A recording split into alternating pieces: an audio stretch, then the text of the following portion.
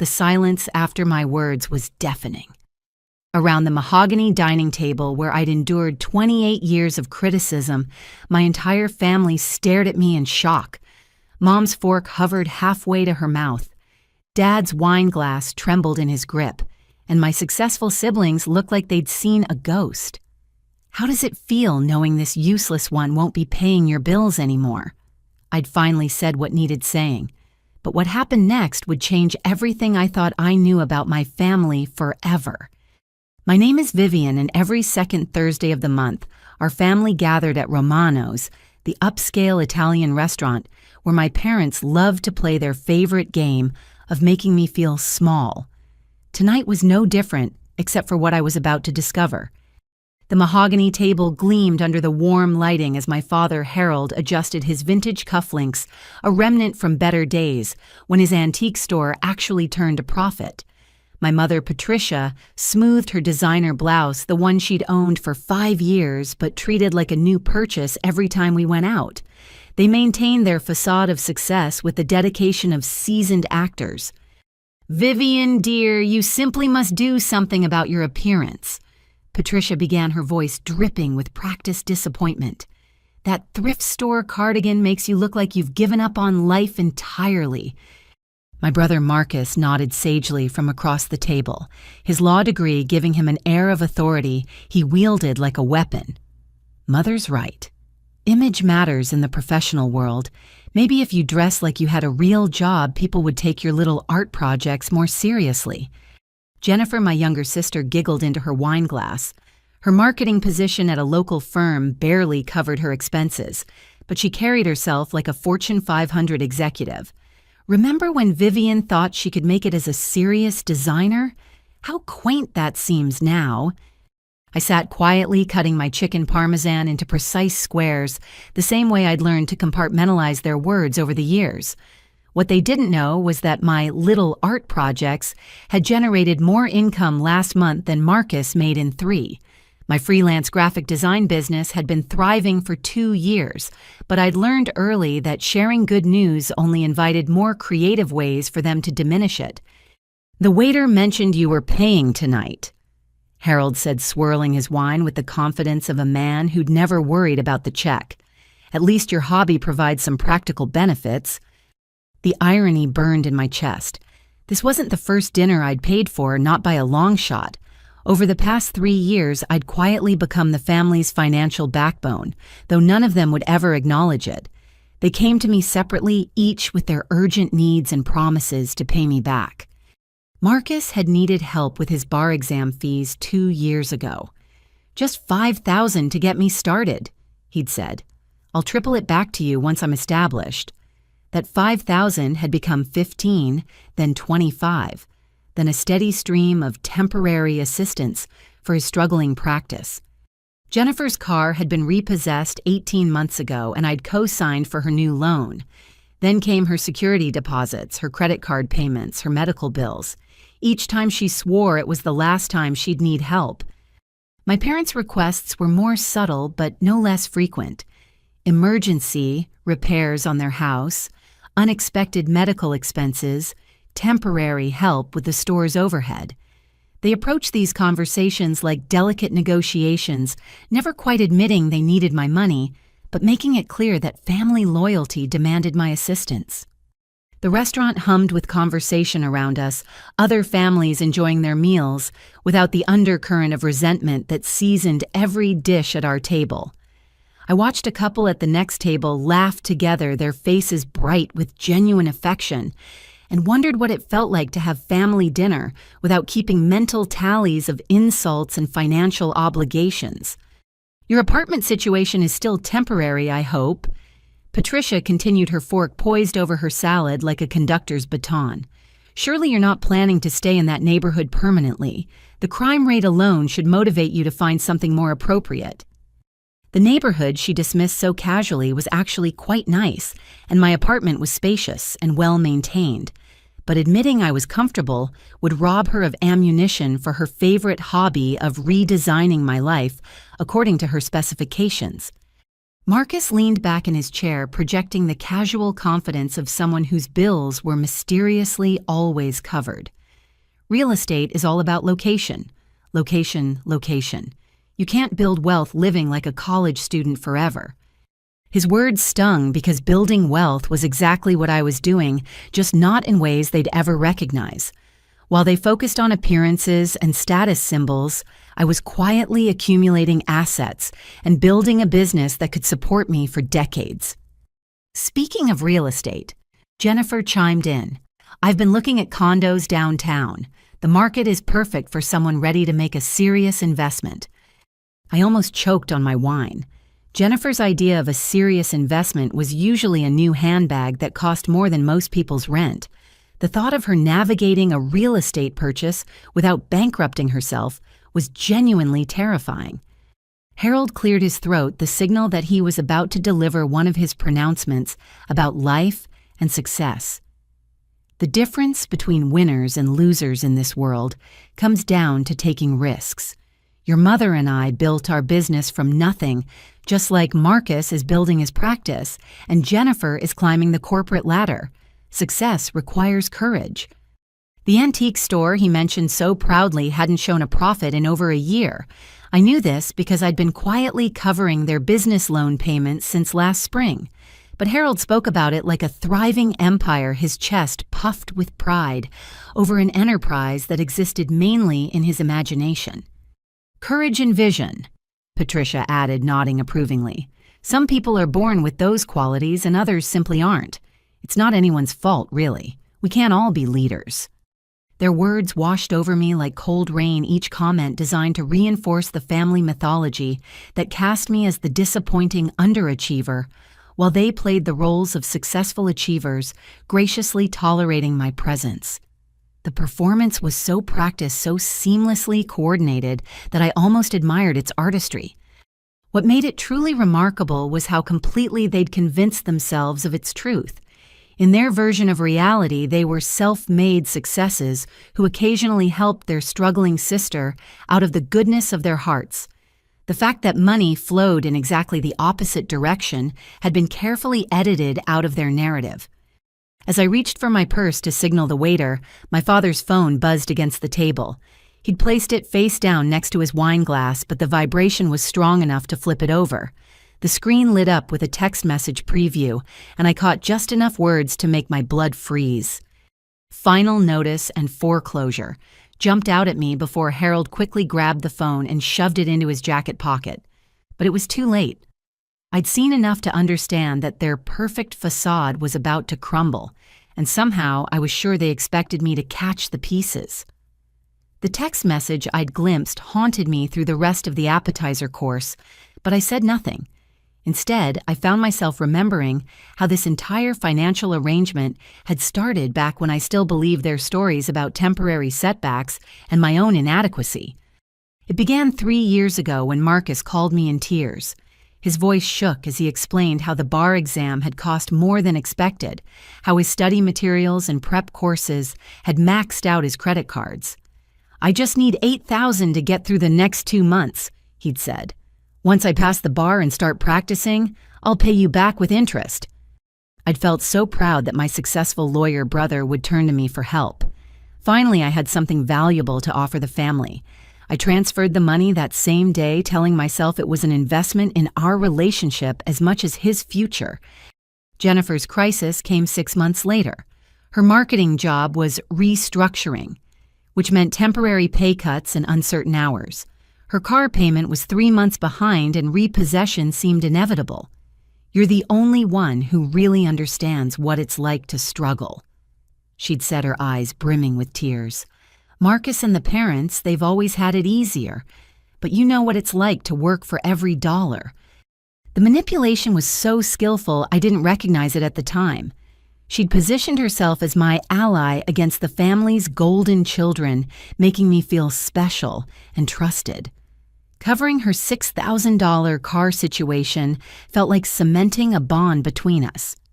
My parents' first request came disguised as a business opportunity. Harold approached me with charts and projections explaining how the antique store was on the verge of a major breakthrough.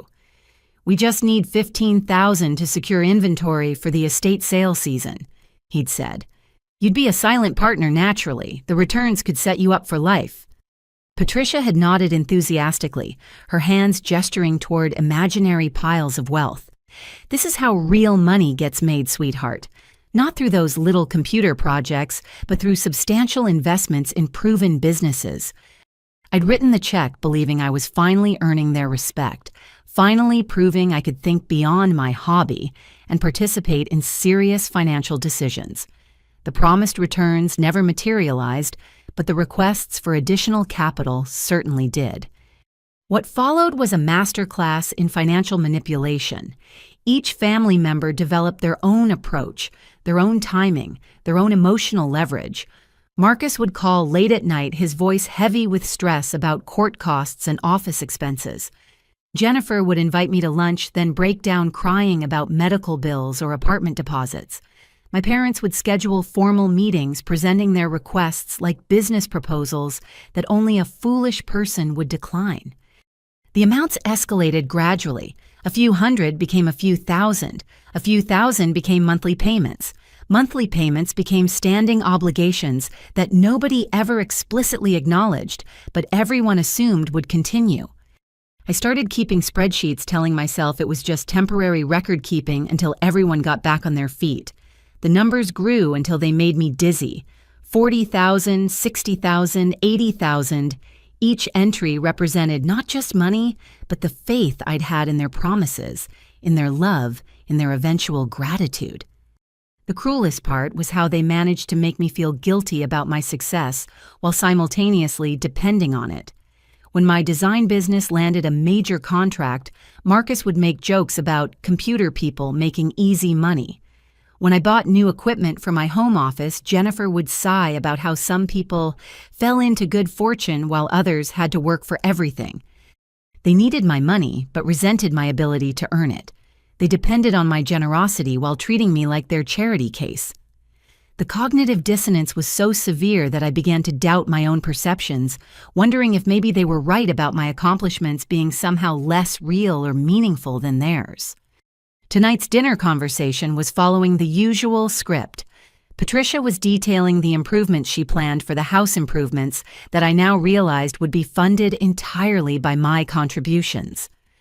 "The kitchen really needs updating," she mused, as if the renovation budget was simply going to appear through wishful thinking.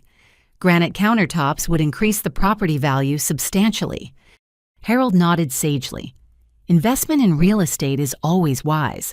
Unlike some ventures that depend on technology trends and consumer whims, the dig at my business was subtle but unmistakable. In their minds, my work existed in some ethereal realm where money materialized without real effort, unlike their solid, tangible pursuits that somehow never generated actual profits. Marcus was describing his plans to expand his law practice, his voice full of confidence about markets and opportunities that would surely pan out this time. "I've been researching commercial real estate. The right office space could triple my client base within 6 months." Jennifer listened raptly as if his track record suggested any reason for optimism. "Location is everything in professional services," she agreed. "Image drives results." I found myself calculating how much their dreams would cost me. The kitchen renovation, $20,000, Marcus's new office, $30,000 minimum, Jennifer's inevitable requests for help with her condo fantasy. Who knew the mental arithmetic made me feel sick? But the text message about foreclosure suggested their financial situation was far worse than I'd imagined. If they were losing the house, it meant months of missed mortgage payments, maybe years of mounting debt. It meant the money I'd been sending hadn't been covering emergencies or investments, but basic survival expenses they were too proud to acknowledge. As our entrees arrived, the waiter paused beside Harold's chair. "I'm sorry, sir, but your card was declined. Do you have another form of payment?" The color drained from my father's face. Patricia's fork clattered onto her plate. Marcus and Jennifer looked confused, as if they'd never considered the possibility that their parents might not be able to afford dinner at the restaurant they'd chosen. Harold fumbled through his wallet, his hands shaking slightly as he produced another credit card. "Try this one." Sometimes the magnetic strips get damaged. But I could see the truth in his eyes, the panic of a man whose carefully constructed facade was crumbling in real time. This wasn't about damaged magnetic strips.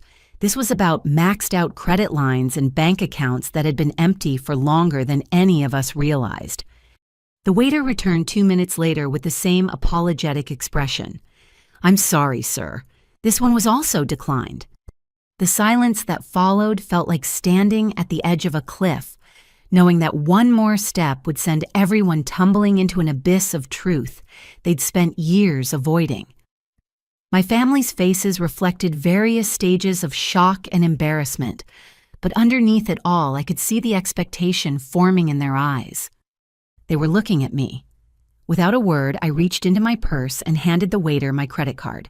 The relief that flooded my parents' faces was almost grotesque in its intensity, as if my intervention was not just expected, but somehow their rightful due. "Thank you, sweetheart," Patricia murmured, though her voice carried more annoyance than gratitude. "These credit card companies are so unreliable these days. All those security measures cause more problems than they solve." Harold nodded vigorously, already rebuilding his narrative. "Exactly right. Probably some computer glitch in their system. These technology issues happen to everyone." But their explanations couldn't disguise what had just occurred. My father, the successful antique dealer who lectured me about business acumen and financial courage, couldn't afford to pay for the dinner he'd invited me to attend. The man who spoke so confidently about investments and market opportunities had just been publicly humiliated by his own poverty. I should have felt sympathetic. I should have graciously changed the subject and allowed them to preserve their dignity. Instead, I felt something darker, stirring in my chest, a mixture of anger and clarity that I'd been suppressing for years. "So," I said, my voice carefully casual, "how exactly are things going with the antique business these days?" Harold's jaw tightened almost imperceptibly. "Quite well, actually. The market for quality pieces has never been stronger." "Really? Because that text message about foreclosure suggested something different." The words hung in the air like smoke from an explosion. Patricia's eyes widened. Marcus looked confused. Jennifer glanced between our parents as if trying to solve a puzzle with missing pieces. "I don't know what you think you saw," Harold said, his voice taking on the stern tone he'd used when I was a child caught in some minor transgression. "But I'd appreciate you not making assumptions about matters you don't understand. I understand that the mortgage company doesn't send final foreclosure notices to people who are current on their payments," I replied. "I also understand that credit cards don't get declined because of magnetic strip problems when the account has available credit." Patricia attempted a laugh that sounded more like a cough. "Vivian, dear, you're being dramatic. These little misunderstandings happen all the time in business. Everything is perfectly fine." "Is it? Because I'm starting to wonder how fine things really are for any of you." I turned to Marcus, who was shifting uncomfortably in his seat. "How's the law practice going?" "Really going, not the version you tell at family dinners." "It's competitive," he said carefully. "Building a client base takes time." "How much time? Because you've been building for over 2 years now and you're still asking me for money every month." His face flushed red. "Those aren't requests for money. Those are temporary business loans that I fully intend to repay." Give me a date. Give me a timeline for when I can expect to see any of the $37,000 I've loaned you." Jennifer gasped. "37,000, Marcus, you never told us it was that much." "It's not that simple," Marcus protested. "Legal expenses are complicated. Court costs, office rent, professional development. These are investments in future earnings." "What future earnings?" I asked. "How many clients do you actually have? How much revenue did your practice generate last month?" The questions hit him like physical blows. His confident facade cracked, revealing the desperation underneath. These things take time to develop. Rome wasn't built in a day. Rome also wasn't built with other people's money while the builders pretended to be successful architects. I turned to Jennifer next. "What about you? How's that marketing position treating you?" "Fine," she said quickly, but her voice was too high, too defensive. Fine enough to afford the condo you were talking about, fine enough to stop borrowing money for car payments and medical bills and security deposits. I don't borrow, she protested. You help me out sometimes because you're my sister. I've helped you out to the tune of $22,000 over the past 18 months. That's not sisterly assistance. That's financial dependency. The numbers landed like grenades at our elegant table. Patricia looked genuinely shocked, as if she'd had no idea her children were bleeding me dry. Harold's expression was harder to read, but there was something calculating in his eyes that made me deeply uncomfortable. "These are private family matters," he said firmly. "This is neither the time nor the place for this discussion." "When is the right time?" I asked, because it seems like the only time we ever talk about money is when one of you needs mine. We never discuss your business's failing or your inability to pay your bills, or the fact that I've been supporting this entire family for 3 years while you all treat me like the unsuccessful one. That's not fair, Patricia said, her voice trembling with what I initially mistook for hurt feelings. We've never treated you badly. You've spent this entire dinner criticizing my appearance, my career, my living situation, and my life choices. You've done that while sitting in a restaurant that I'm paying for after your credit cards were declined, while planning home improvements that I'll be funding. We didn't ask you to pay for anything, Harold said, but his protest sounded weak, even to his own ears. You didn't have to ask. You've trained me so well to anticipate your needs that I automatically reach for my wallet whenever you're in trouble. And then you have the audacity to criticize the career that makes it possible for me to bail you out every single month. The conversation was spiraling beyond anything I'd intended when I handed over my credit card, but I couldn't seem to stop. Years of suppressed resentment were pouring out, and the relief was as intoxicating as it was terrifying. Marcus made one last attempt to regain control of the narrative. Look, we're all family here. Sometimes family members help each other out. That's what family means. Help each other out, I repeated. When was the last time any of you helped me with anything? When was the last time you asked how I was doing? Really doing, not just setting up your next request for money. The silence that greeted my question was answer enough. They couldn't remember because it had never happened. Our relationships had become so transactional that they'd forgotten how to interact with me without an agenda. Furthermore, I continued, my voice gaining strength. When was the last time any of you acknowledged my success instead of dismissing it? When was the last time you showed interest in my work or pride in my accomplishments? Your accomplishments? Patricia's mask finally slipped completely. Sweetheart, you make little pictures on a computer. That's not exactly changing the world.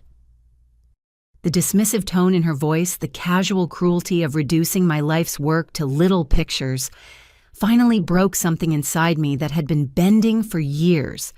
In that moment, I realized that no amount of money I could give them would ever earn their respect, because respecting me would require them to acknowledge their own failures. My phone buzzed with a notification, and I glanced at the screen automatically. The message was from Tech Corp Industries, the startup I'd been courting for months. My heart stopped as I read the first line. Congratulations. We're pleased to offer you the $60,000 contract for our complete branding package. $60,000 in one contract. More money than Marcus claimed his law practice would make in its first year of operation. More than Jennifer's annual salary.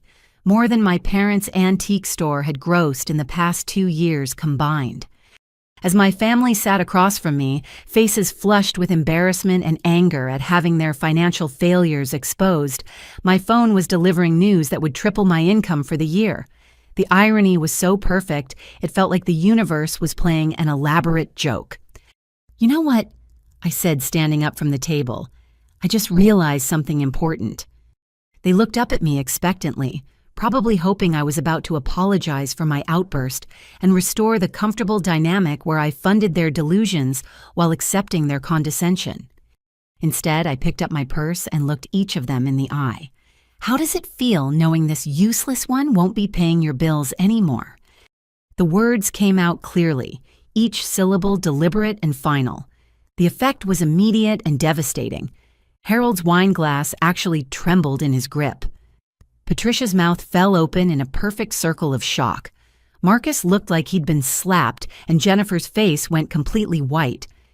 Furthermore, I continued, my voice growing stronger with each word, let me tell you exactly what your useless daughter has been financing while you've been treating her like a charity case. I opened my phone and pulled up my banking app, the one that tracked every transfer I'd made to my family members over the past 3 years. The numbers were devastating in their precision. Marcus, your struggling law practice has cost me $37,215. Not loans, gifts. Because you've never paid back a single penny, and we both know you never will. Marcus tried to interrupt, but I held up my hand. Jennifer, your temporary financial difficulties have cost me $22,863. Car payments, medical bills, rent deposits, credit card payments, and God knows what else. All while you've been planning to buy a condo and criticizing my lifestyle choices. Jennifer's eyes filled with tears, but I was beyond caring about her emotional manipulation. Mom and Dad, your thriving antique business and all those wise investments you keep lecturing me about, I've contributed $41,412 to keep your doors open and your mortgage current. Obviously, that wasn't enough since you're apparently facing foreclosure anyway. The total hung in the air between us like a physical presence. $101,490, more than most people's annual salaries, more than many people's houses were worth, gone with nothing to show for it except the privilege of being criticized by the people who'd spent it. That's over $100,000 in 3 years, I said. Money I earned with my little computer pictures while building a business that just landed a $60,000 contract this evening. I held up my phone, showing them the email notification. That's right. While you were calling me useless, I was closing a deal that will pay me more in 6 months than any of you have made in the past year. Patricia found her voice first. Vivian, you're being cruel. We're family. Family helps each other. Help goes both ways, Mother. When was the last time any of you helped me with anything? When was the last time you offered to contribute to my life instead of just taking from it? Harold stood up, his face red with indignation. How dare you speak to your mother that way? We raised you, we supported you, we gave you everything. You gave me criticism and condescension while I gave you my bank account. That's not family, that's exploitation. Other diners were beginning to stare, but I was beyond caring about public embarrassment. My family had been humiliating me privately for years, so a little public truth-telling seemed like fair compensation.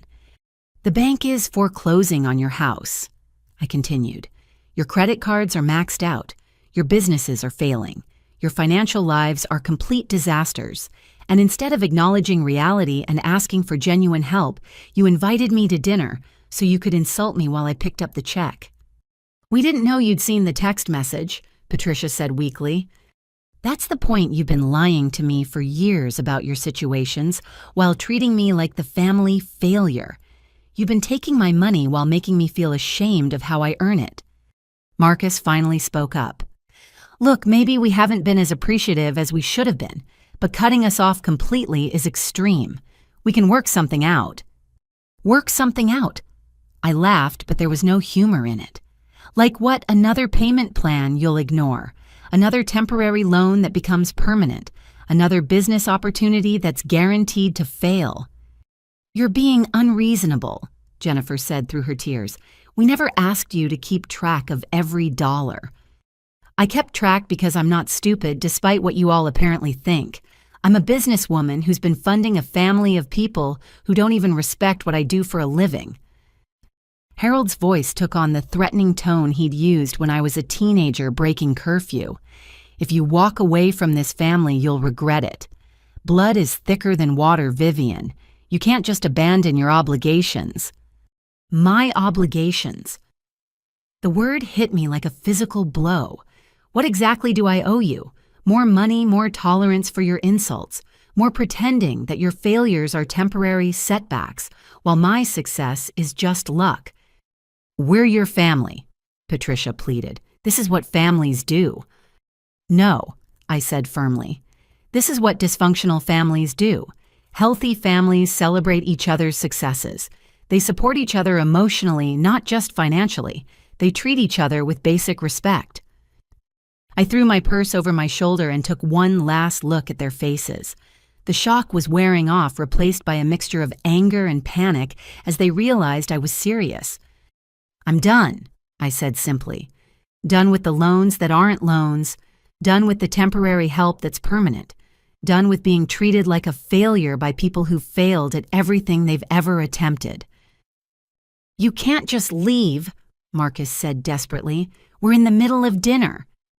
"You're in the middle of dinner that I paid for at a restaurant you couldn't afford while planning expenses you can't cover.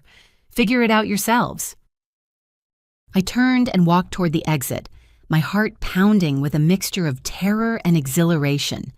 Behind me, I could hear Patricia calling my name, her voice high and strained. Harold was saying something about family loyalty and moral obligations. Jennifer was crying audibly.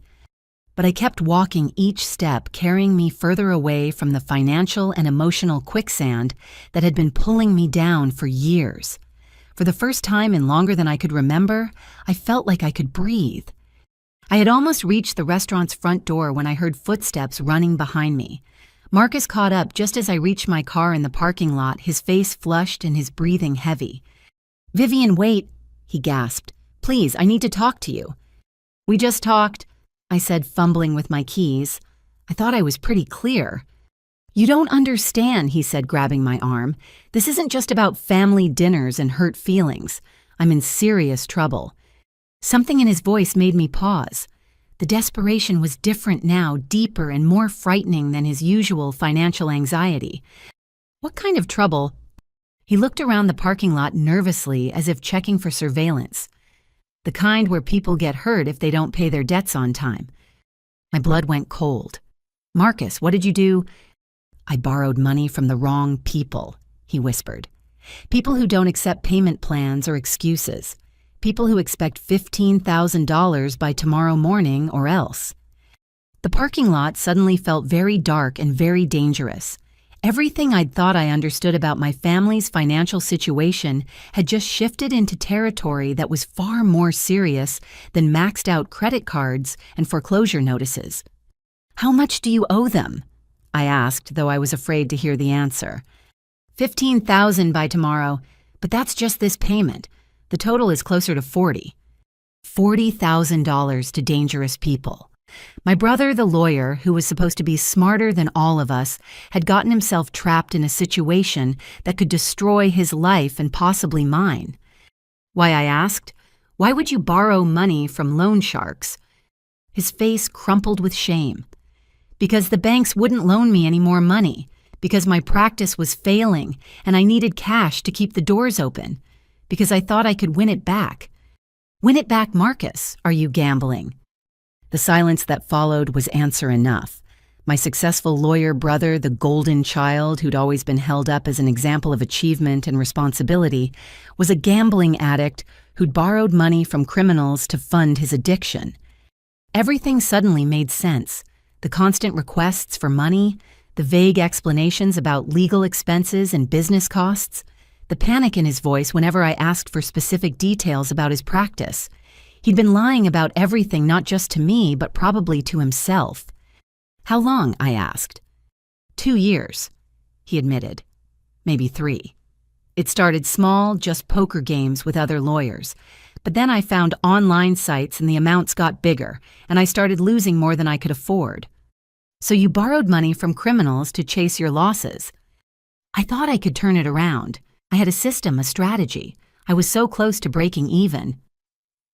"You're never close to breaking even in gambling, Marcus. That's how they keep you hooked." "I know that now," he said miserably. "But it's too late. They want their money tomorrow, and if I don't have it, they're going to hurt me. Maybe worse." As if summoned by his words, a black SUV with tinted windows pulled into the parking lot and parked directly under one of the overhead lights. The engine continued running, but nobody got out. Marcus saw the vehicle and went completely white. Oh God, they followed me. They said they would, but I didn't think, "Who's in that car?" I asked, though I was pretty sure I already knew. "The people I owe money to. They've been watching me for weeks, making sure I don't skip town or do anything stupid." The SUV's passenger door opened and a man in an expensive suit climbed out. He was tall and well-built, with the kind of casual confidence that suggested violence was always an option, but rarely necessary. He looked directly at us and smiled, but there was nothing friendly about the expression. Two more men emerged from the vehicle, both dressed similarly and carrying themselves with the same predatory grace. They began walking toward us with the measured pace of people who knew their targets couldn't run. "Vivian," Marcus whispered urgently. "I need that 15,000. Tonight. If you don't help me, I don't know what they'll do." I stood frozen in the parking lot watching three dangerous-looking men approach, while my gambling-addicted brother begged me for money I'd just sworn never to give him again. The evening had gone from family drama to genuine peril in the space of a single conversation. Everything I'd said inside the restaurant about being done with their problems suddenly felt naive and premature. This wasn't about hurt feelings or financial responsibility anymore. This was about my brother's safety and possibly my own. The men were getting closer, and I had about 30 seconds to decide whether to break my promise to myself or let Marcus face the consequences of his choices alone. The lead man reached us first, his smile never wavering despite the obvious threat in his posture. He was younger than I'd expected, maybe early 30s, with perfectly styled hair and shoes that probably cost more than most people's rent. His companions flanked him on either side, creating a semicircle that blocked our path to my car. "Marcus," the man said, his voice surprisingly warm and friendly. "Right on time. I was beginning to think you might try to avoid our little appointment." "Tommy, I told you I'd have the money tomorrow," Marcus said, his voice shaking. "I just need a few more hours." "Tomorrow was yesterday's promise," Tommy replied, still smiling. "Today's promise was tonight. We're very punctual people, Marcus. We appreciate punctuality in others." I found myself studying Tommy's face, looking for signs of the violence Marcus had implied. Instead, I saw a businessman conducting a routine transaction, which somehow made him even more frightening than if he'd been obviously threatening. "This is my sister," Marcus said quickly. "Vivian, this is Tommy. He's been helping me with some temporary cash flow issues." Tommy's attention shifted to me, and I felt like a specimen being examined under a microscope. "Ah, the famous sister. Marcus has told us so much about you. Successful business owner, very generous with family members. It's nice to finally meet you in person." The fact that they'd been discussing me made my skin crawl. How long had Marcus been using my name and reputation to secure his gambling loans? How much did these people know about my finances and business? "I'm not involved in Marcus's business arrangements," I said carefully, trying to keep my voice steady. "Of course not," Tommy agreed. "But family is family, isn't it? When someone's in trouble, relatives naturally want to help out." One of his companions, a stockier man with a scar running along his jaw, leaned closer to Marcus. "Your credit's been extended as far as it's going to go," he said quietly. "Time to settle accounts." Marcus looked like he was going to be sick. "I understand the situation. I just need until tomorrow to liquidate some assets." "What assets?" the scarred man asked. "Your law office with the overdue rent, your car that's about to be repossessed, your parents' house that's in foreclosure." The casual mention of my family's financial details was chilling. These people had done their homework, probably better homework than I'd done myself. They knew exactly how desperate and vulnerable my entire family had become. Tommy pulled out his phone and checked the time. "It's currently 8:47. You have until midnight to produce $15,000. That gives you a little over 3 hours to be creative." "And if he can't?" I asked, immediately regretting the question. Tommy's smile widened, showing perfect teeth. "Marcus understands the terms of our agreement. Failure to meet obligations results in additional fees and accelerated payment schedules, plus interest, of course." The euphemisms were almost worse than direct threats. These men had turned violence into a business model complete with professional terminology and customer service smiles. "How much additional interest?" Marcus asked weakly. "Double the principal payable within 24 hours, so 30,000 instead of 15 due by tomorrow night." "That's impossible," Marcus protested. "I don't have access to that kind of money." "Then you should probably focus on tonight's payment," Tommy suggested reasonably. "Solve today's problem before worrying about tomorrow's complications." He gestured toward me with the casual confidence of someone accustomed to getting what he wanted. "Perhaps your sister would like to contribute to keeping you healthy and productive. Family investments often have the best returns." The implication was clear. Pay now or pay much more later, assuming Marcus survived to make future payments. The business model was brutally efficient in its simplicity. "I need to think about this," I said. "Naturally," Tommy replied, "but don't think too long. Time is money and money is time. When you run out of one, you tend to run out of the other." He handed me a business card that looked like it belonged to a legitimate financial services company. "My direct number is on the back. Marcus has it memorized, but redundancy is always wise in important communications." The scarred man moved closer to Marcus, his voice dropping to a whisper that I could barely hear. "We know where your office is. We know where your parents live. We know where your sister works and where she lives. Running isn't really an option anymore." The casual mention of my address sent ice through my veins. I'd been pulled into this situation without my consent, and now I was apparently part of their insurance policy against Marcus defaulting on his debts. "This is a family matter," I said, trying to project more confidence than I felt. "It doesn't need to involve threats against innocent people." Tommy laughed a sound that was genuinely amused rather than menacing. "Miss Vivian, there are no innocent people in debt collection. There are borrowers, there are guarantors, and there are people who choose to get involved. The moment you appeared in this parking lot, you moved from the third category to the second." "I never guaranteed anything," I protested. "You're here," the scarred man pointed out. "That's a form of guarantee all by itself." Marcus grabbed my arm, his grip desperate and painful. "Vivian, please. I know what I said inside the restaurant, but this is different. These people don't care about family drama or hurt feelings.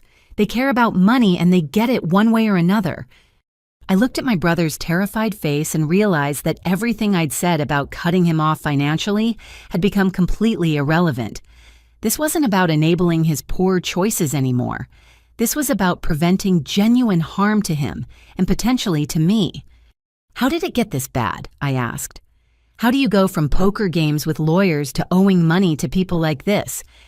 "It happens gradually," Tommy said helpfully, as if we were discussing a medical condition. "Small bets become large bets. Legal gambling becomes less legal alternatives. Personal loans become business arrangements. It's a very natural progression for people with addictive personalities." The clinical way he described my brother's destruction was almost worse than overt cruelty.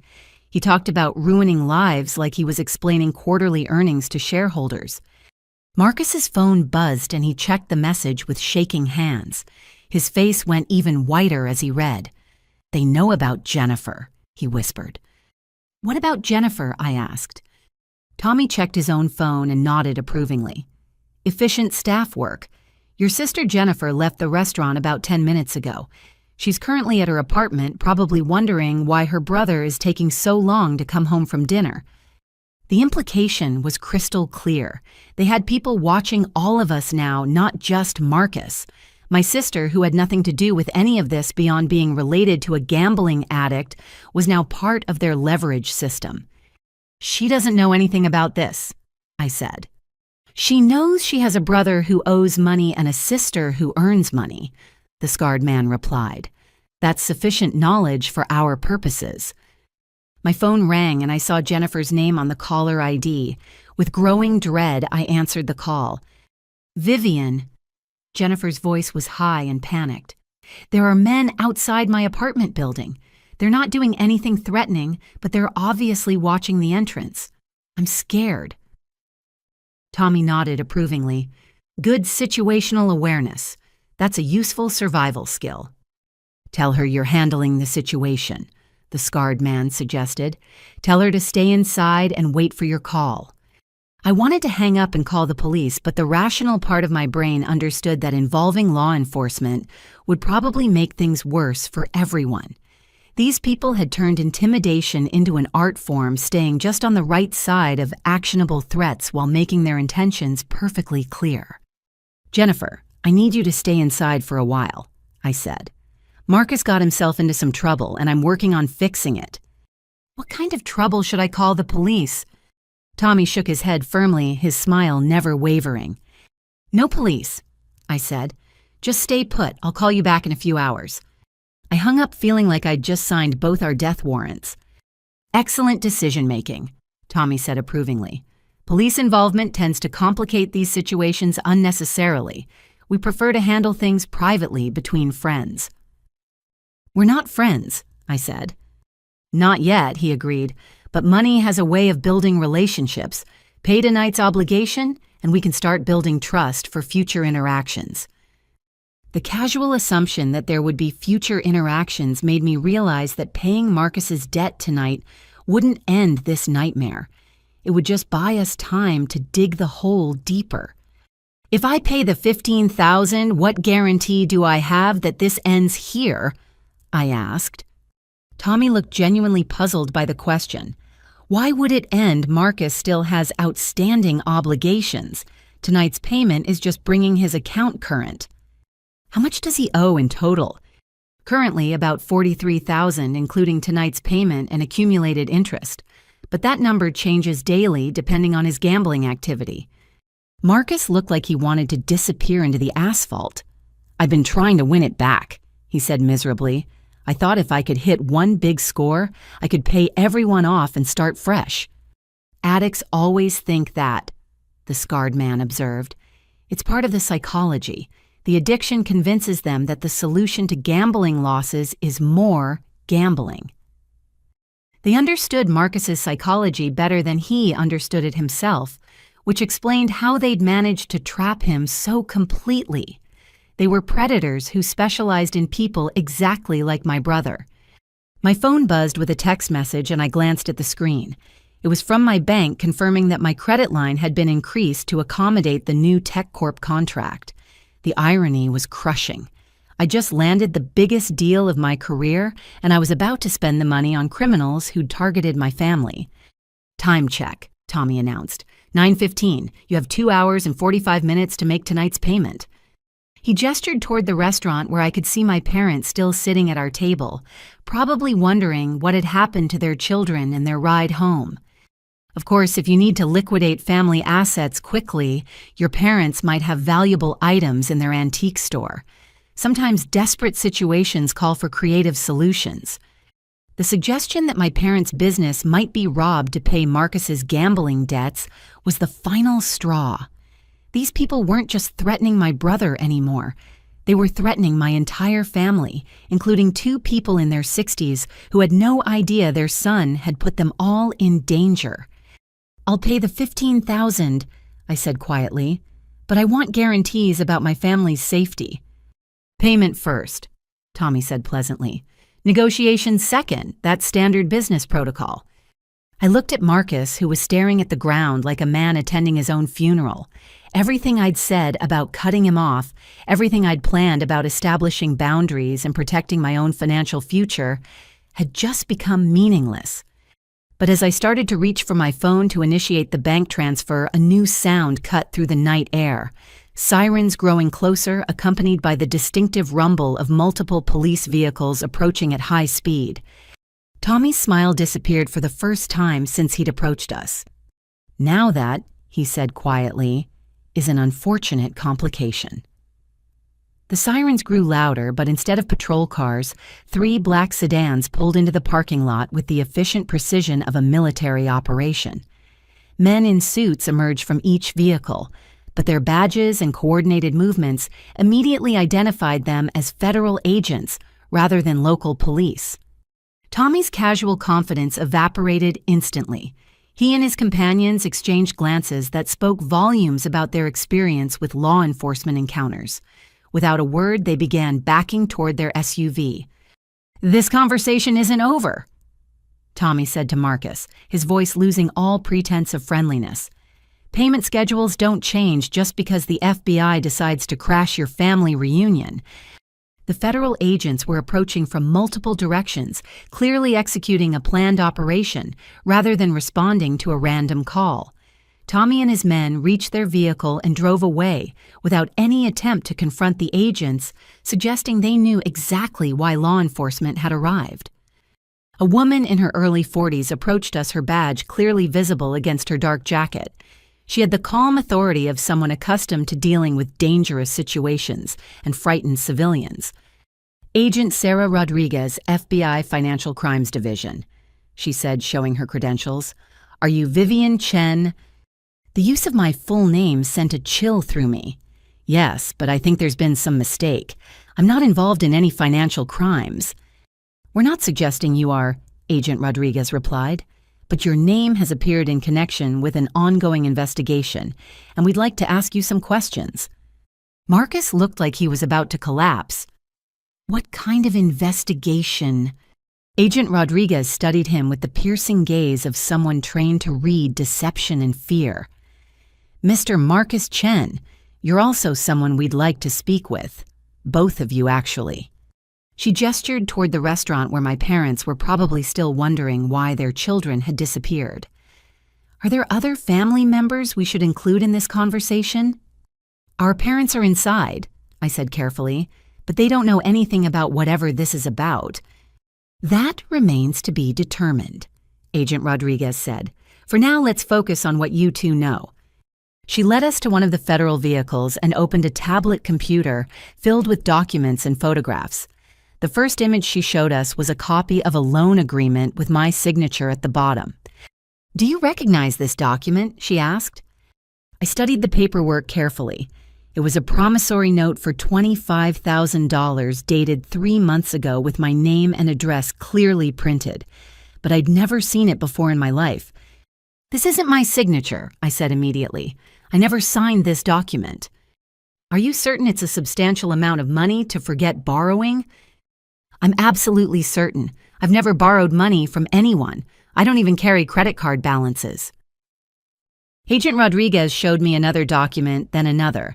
Each one bore my forged signature and committed me to increasingly large financial obligations I'd never agreed to. The amounts were staggering, totaling well over $100,000. "Someone has been using your identity to secure loans from various sources," she explained. "In some cases, legitimate financial institutions. In others, less legitimate operations." I looked at Marcus, whose face had gone from white to green. "You didn't just gamble away your own money.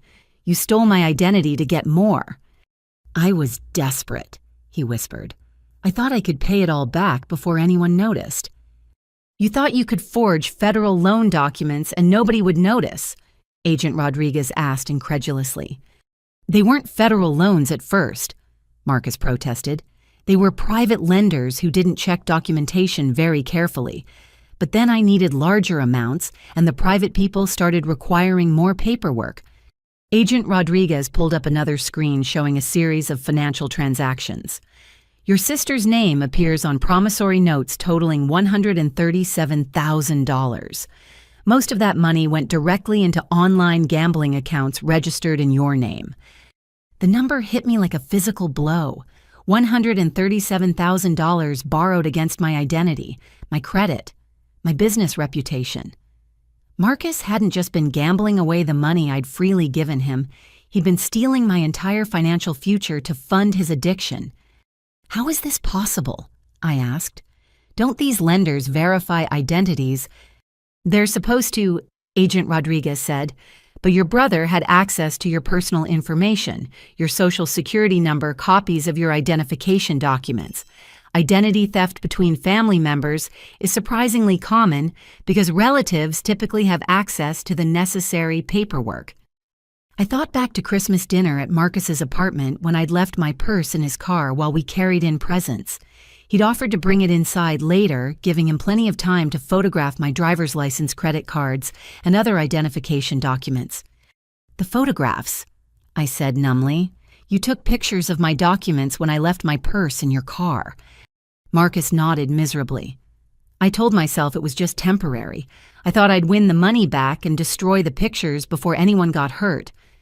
Instead, you destroyed your sister's credit and put her at risk for crimes she didn't commit, Agent Rodriguez said sternly. She showed me another document that made my blood freeze. It was a business partnership agreement claiming that Marcus and I were joint owners of a consulting firm specializing in legal and design services. According to the paperwork, I was an equal partner in his failing law practice and therefore equally responsible for its debts and obligations. This makes you liable for his business loans, his professional malpractice insurance, even his office rent, Agent Rodriguez explained. From a legal standpoint, you've been his business partner for 8 months. That's completely fabricated, I protested. I've never been involved in his law practice. Tell that to the creditors who think you've been guaranteeing his expenses, she replied.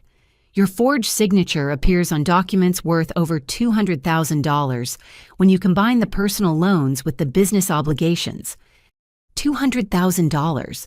My successful graphic design business, my careful financial planning, my entire economic future had been stolen by my own brother to feed his gambling addiction. Even if I could prove the documents were forged, untangling the legal mess would take years and cost a fortune in attorney fees. There's more, Agent Rodriguez said grimly. She pulled up a series of email exchanges between Marcus and various lenders. Your brother has been representing you as a silent partner in his gambling activities. Some of these communications suggest you've been providing strategy and capital for his online betting. That's completely false, I said. I hate gambling. I've never placed a bet in my life. Unfortunately, the lenders believe otherwise. In fact, some of them think you're the primary decision maker, and your brother is just the front man. The scope of Marcus's betrayal kept expanding beyond anything I could have imagined. Not only had he stolen my identity and forged my signature, but he'd been actively portraying me as his criminal accomplice to justify larger and larger loans. My phone buzzed with a notification and I glanced at the screen automatically. It was my banking app alerting me to suspicious activity on my accounts. With growing horror, I opened the application and saw a series of charges I'd never authorized. Agent Rodriguez, I said, my voice shaking.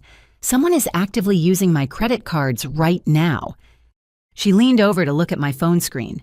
The charges were substantial and recent, including cash advances, wire transfers, and online payments to gambling websites. When did this activity start? She asked. I scrolled through the transaction history, feeling sicker with each entry. 3 hours ago, right around the time we sat down for dinner.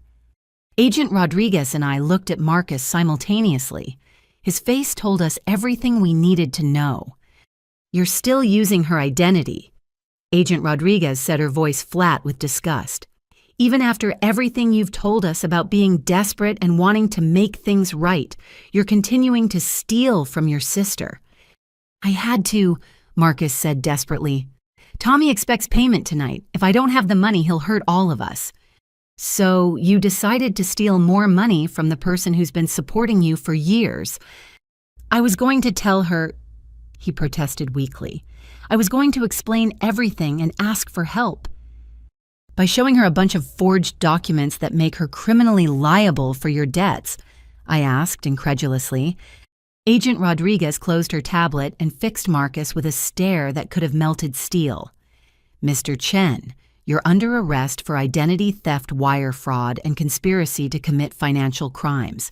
You have the right to remain silent. As she read him his Miranda rights, I found myself staring at my phone screen, watching my bank balance decrease in real time as charges continued to appear. Even now, even while being arrested, the gambling websites continued processing transactions using my stolen financial information. Can you stop the charges? I asked Agent Rodriguez. We'll contact your bank immediately and freeze all accounts associated with the fraudulent activity, she assured me. But recovering the money that's already been stolen will take time. I calculated quickly in my head. Between the forged loans and the unauthorized charges, Marcus had stolen roughly $250,000 in my name.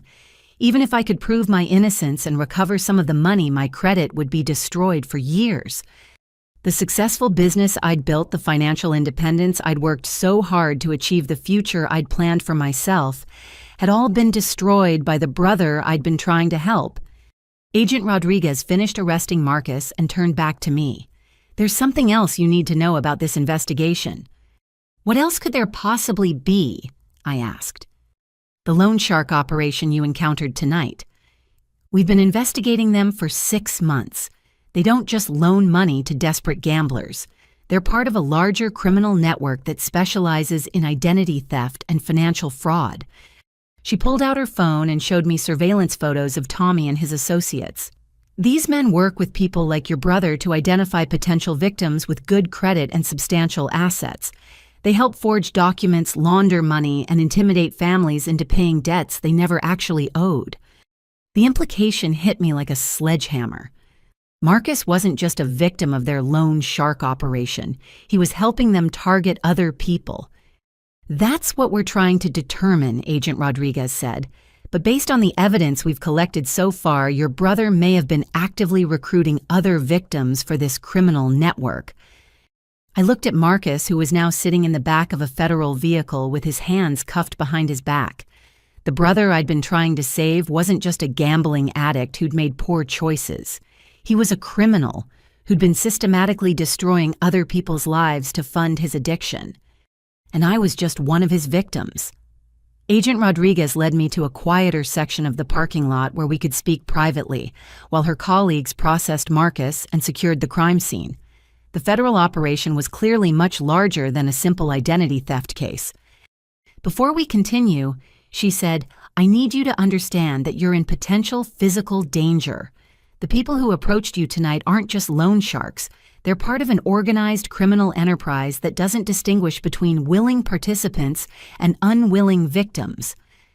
"What does that mean exactly?" I asked, though I was afraid I already knew. "It means they consider you a debtor now regardless of how the debt was created.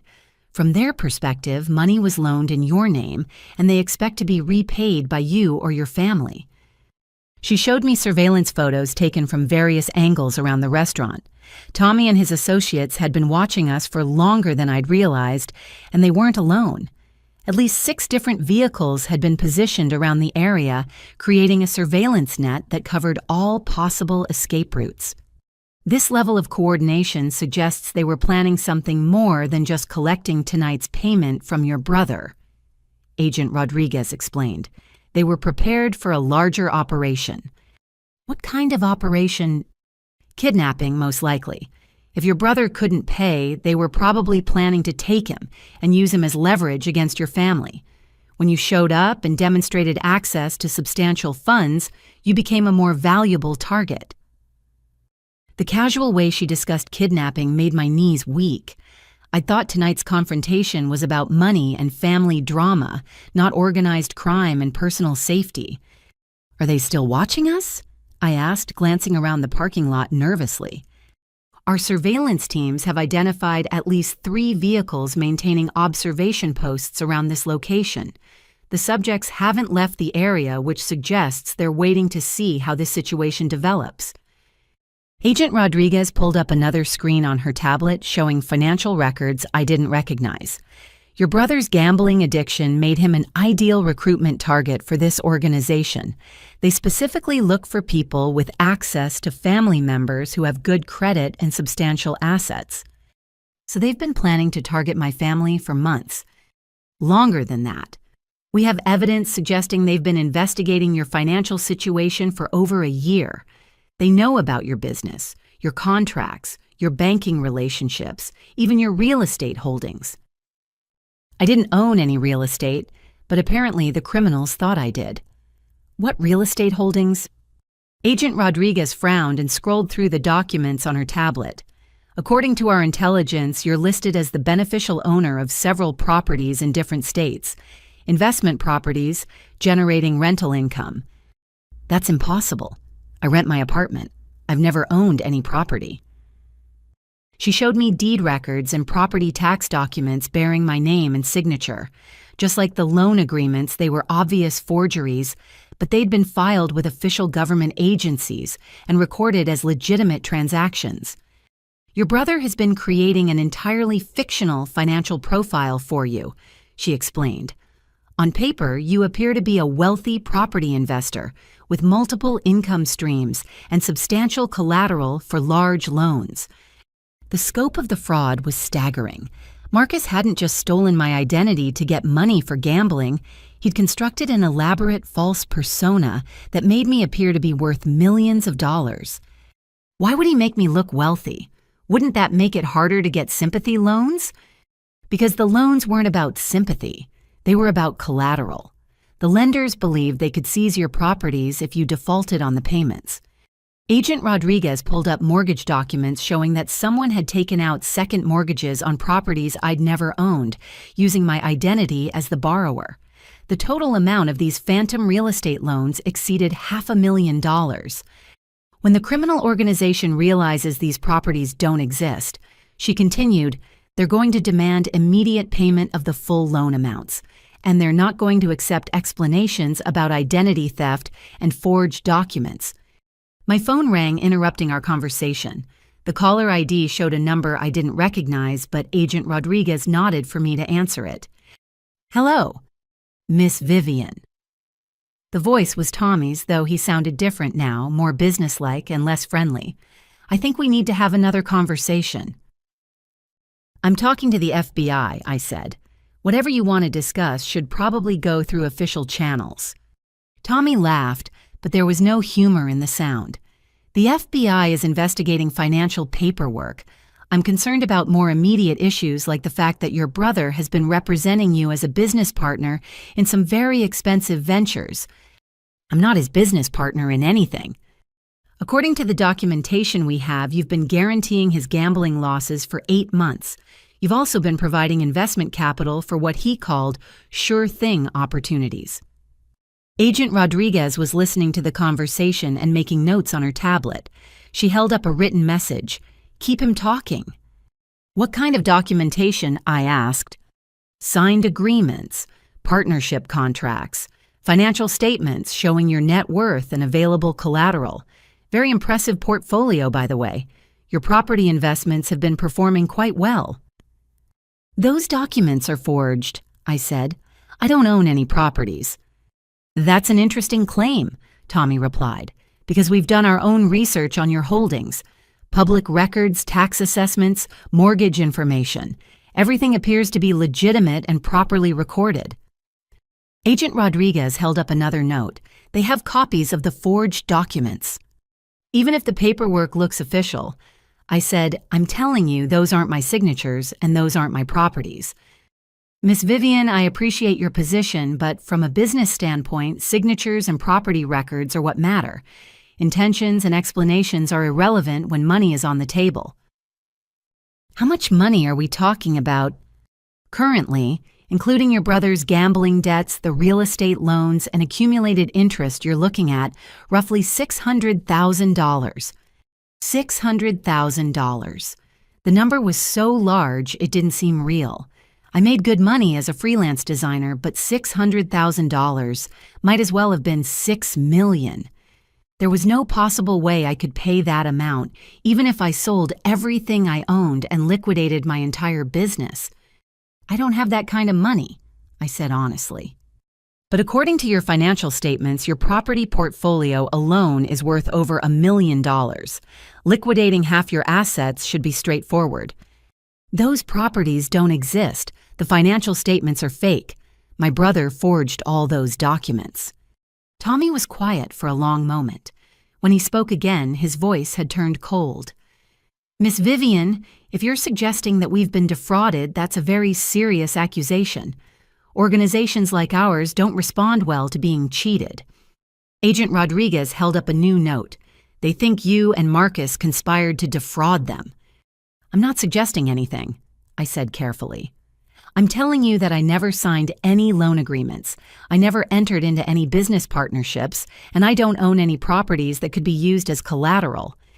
Then you have a very serious problem, Tommy said, because someone owes us $600,000 plus interest, and we have documentation showing that person is you. The documentation is forged. Prove it.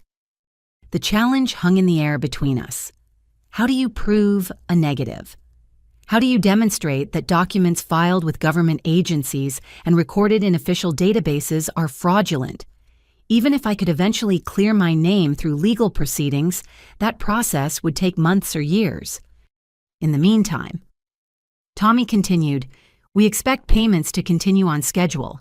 Tonight's $15,000 was just the first installment. We'll expect another payment next week and the week after that until the full amount is settled.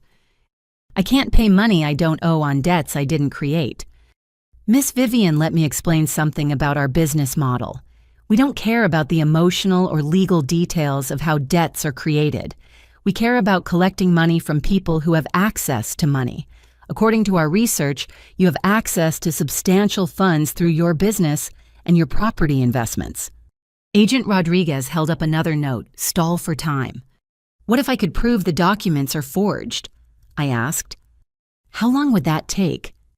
I don't know, weeks, maybe months.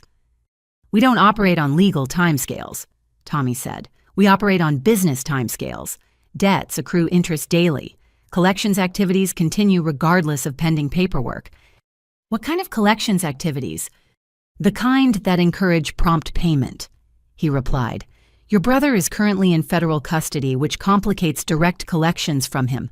But he has family members with financial resources and strong motivations to keep him healthy. The threat was subtle, but unmistakable. With Marcus in jail, they were shifting their focus to collecting from me and the rest of my family. My parents don't have any money, I said. Their house is in foreclosure and their business is failing. But they have a daughter who just landed a $60,000 contract, Tommy pointed out.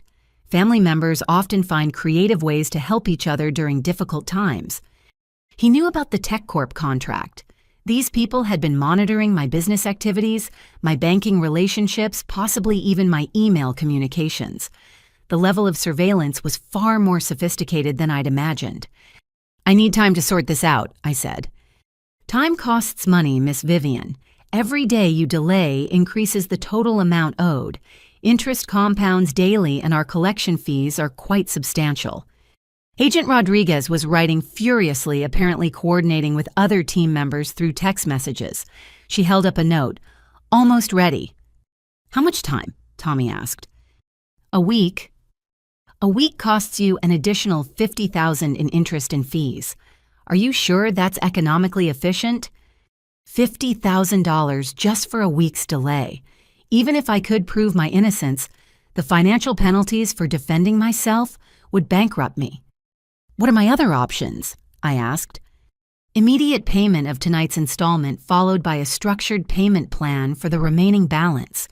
We're reasonable business people, Miss Vivian. We want to find solutions that work for everyone. Agent Rodriguez held up a final note, now.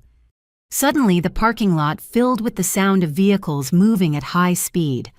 Federal agents in tactical gear surrounded the restaurant from multiple directions, their movements coordinated with military precision. Miss Vivian. Tommy's voice had changed again, taking on an edge of concern. It sounds like your evening is about to become more complicated. The FBI is arresting my brother for identity theft, I said. This isn't about me trying to avoid paying debts. This is about criminal fraud.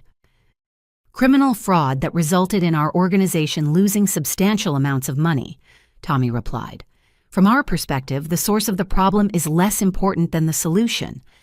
The line went dead, leaving me staring at my phone while federal agents secured the area around us. Agent Rodriguez was coordinating the operation through her radio, calling out position reports and tactical updates. Did they get him? I asked. We got his phone signal, she replied. But these people are professionals. Chances are good that Tommy was using a disposable phone from a remote location. She showed me her tablet screen, which now displayed a map with multiple red dots indicating vehicle positions around the restaurant. However, we did locate their surveillance teams. 6 vehicles, 14 suspects, all now in federal custody. Does that mean it's over? Agent Rodriguez looked at me with an expression that was part sympathy and part professional concern. "Miss Vivian, I'm afraid this is just the beginning. These people don't forget about debts, and they don't accept legal technicalities as payment plans. So what happens now? Now we try to keep you alive long enough to untangle the mess your brother created." Agent Rodriguez led me inside the restaurant where my parents were sitting at our table, looking confused and increasingly worried. Other diners had been quietly evacuated during the federal operation, leaving the dining room eerily empty, except for law enforcement personnel and my family. "Mom, Dad, we need to talk," I said, sliding into my chair across from them. Harold looked at the FBI agents positioned around the restaurant and then at Marcus's empty seat. "Where's your brother? And why are there federal agents here?" Before I could answer, Agent Rodriguez placed her tablet on the table and showed them the same forged loan documents she'd shown me. "Mr. and Mrs. Chen, your son has been using your daughter's identity to commit federal financial crimes. He's currently under arrest." Patricia's face went white. "That's impossible. Marcus is a lawyer. He would never do anything illegal." "Unfortunately, we have substantial evidence suggesting otherwise," Agent Rodriguez replied. She scrolled through dozens of forged documents, each one bearing my signature and committing me to massive financial obligations. "These are loan agreements totaling over $600,000, all signed with your daughter's forged signature," she explained. "The money was used primarily for online gambling, though some of it went to pay legitimate business expenses for your son's law practice." Harold studied the documents with the careful attention he usually reserved for appraising antiques. "The signatures look authentic," he said slowly. "That's because your son had access to legitimate identification documents and could practice copying the signatures," Agent Rodriguez explained. "Identity theft between family members is often very sophisticated because the perpetrator has intimate knowledge of the victim's personal information." I watched my parents' faces as the magnitude of Marcus's betrayal became clear. They looked like people watching their house burn down, helpless and devastated by the scope of the disaster. "How long has this been going on?" Patricia asked. "Based on the earliest documents we've recovered, at least 18 months, Agent Rodriguez said, "possibly longer." She showed them the business partnership agreement that made me legally responsible for Marcus's law practice.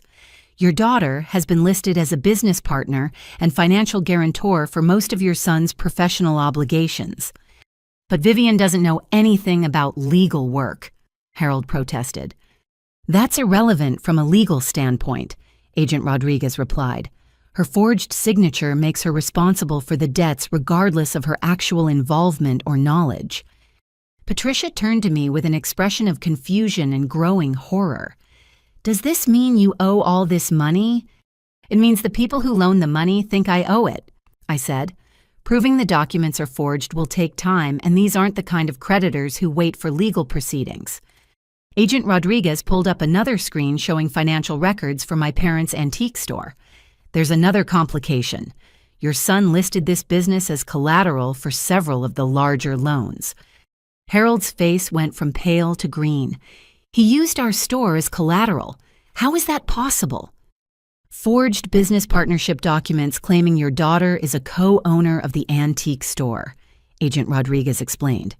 "According to the paperwork, she has the legal authority to pledge business assets as loan collateral." The scope of Marcus's document forgery was breathtaking. He hadn't just stolen my identity, he'd created an entirely fictional business empire that included my parents' store properties I'd never owned and financial resources that existed only on paper. "What does this mean for our business?" Patricia asked.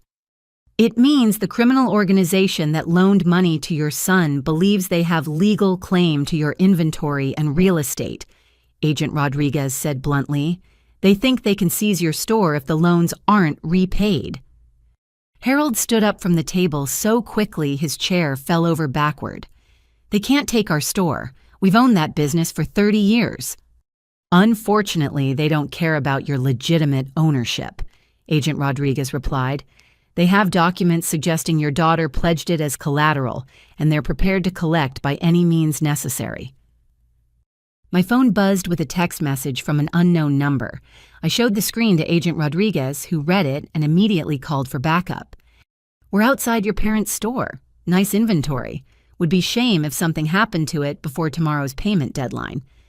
Agent Rodriguez was already coordinating a response through her radio. "All units, we have credible threats against a civilian business. Need immediate protective surveillance at Chen Antiques on 5th Street. She turned back to my parents. "You need to understand that you're in immediate physical danger. These people don't distinguish between family members when collecting debts."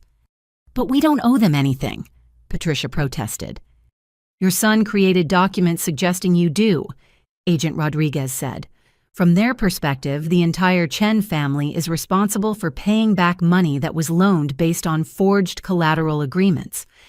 Harold sank back into his chair, looking older than I'd ever seen him. "How much money are we talking about?" $600,000 plus interest and fees that increase daily. The number hit them like a physical blow. Their antique store hadn't generated $600 in profit in the past month, let alone $600,000. "We'll lose everything," Patricia whispered. Agent Rodriguez checked her phone and frowned at whatever message she'd received. "There's been a development. Your son just confessed to additional crimes we weren't previously aware of." "What additional crimes?" I asked. "Document forgery for other families. Your brother wasn't just stealing your identity to get money for gambling. He was running a broader identity theft operation, helping the criminal organization target other victims." She showed us law enforcement booking photos of 3 other people all around Marcus's age, all arrested in the past 6 months for financial crimes. These individuals were also recruited by the same criminal network. They were targeting their own family members and friends for identity theft and financial fraud. "Marcus was part of an organized conspiracy," Harold asked. "More than that. According to his confession, he was actively recruiting new victims. The criminal organization paid him commission for every successful identity theft case he helped develop." The revelation hit me like a sledgehammer. Marcus hadn't just been a victim of his own gambling addiction. He'd been a predator systematically destroying other families to earn money from the criminals who were eventually targeting our own family. "How many people did he target?" I asked. Agent Rodriguez scrolled through a lengthy document on her tablet. "At least 12 families over the past 2 years. Total financial damage exceeds $2 million. $2 million in stolen identities and forged loans, all coordinated by my brother and the criminal network that was now demanding payment from my family." Marcus had been operating as a professional criminal while maintaining the facade of a struggling lawyer. The commission payments explain how he was able to keep gambling even when his legitimate income disappeared. Agent Rodriguez continued. He was earning substantial money by helping destroy other people's financial lives. Patricia was crying now, quiet tears that spoke to a grief deeper than anything I'd seen from her. "Our son is a criminal." "Your son is a criminal who put your entire family at risk," Agent Rodriguez corrected. "The people demanding payment don't care that you were unaware of his activities. They expect compensation for their losses, and they're prepared to collect from anyone with the Chen family name." My phone rang again, and I saw Tommy's number on the caller ID. Agent Rodriguez nodded for me to answer, but this time she activated a recording device. "Hello, Tommy. Miss Vivian, I've just received some disturbing information about your family's business arrangements." "What kind of information?" "It seems your brother has been less than completely honest about his activities and his relationship with our organization." Agent Rodriguez held up a note. "He knows about the confession." "What did he tell you?" I asked. "Enough to suggest that your family's financial obligations are significantly larger than we initially discussed." "How much larger?" "Your brother's commission activities with our organization total approximately $100,000 in unpaid fees. Combined with the existing loan obligations, your family now owes roughly $700,000. $700,000. The number was so astronomical it felt like play money from a board game. Tommy, there's no way my family can pay that much money. Even if we liquidated everything we own, we couldn't come close to that amount. Miss Vivian, that's a disappointing attitude. Resourceful people find creative solutions to financial challenges. What kind of creative solutions? Your design business generates substantial income. Your parents have valuable inventory in their antique store. Your family owns real estate and other assets that could be converted to cash. The real estate documents are forged, I reminded him. Perhaps, but the antique store is quite real, and our research suggests it contains inventory worth substantially more than your parents probably realize. Agent Rodriguez's expression darkened. She held up a note. They've been inside the store. What do you mean by research? I asked. Professional appraisal of the merchandise. Some of those pieces are worth considerably more than the prices your parents are asking. You broke into our store. We conducted a preliminary assessment of available collateral. Tommy corrected. Standard business practice when substantial sums are involved. Agent Rodriguez was typing frantically on her tablet, apparently coordinating with the team she'd sent to watch my parents' store. The appraisal identified several items that could be converted to cash immediately. Tommy continued. A few key pieces could cover tonight's payment, with the remainder sold over time to address the larger debt. You want us to sell my parents' inventory to pay my brother's gambling debts? I want you to honor the financial obligations created in your name, using whatever resources are available to your family. And if we refuse, Miss Vivian, refusing isn't really an option at this point. Your brother's cooperation with law enforcement has created additional complications for our organization. Those complications need to be addressed through increased collections activities. Agent Rodriguez held up a note.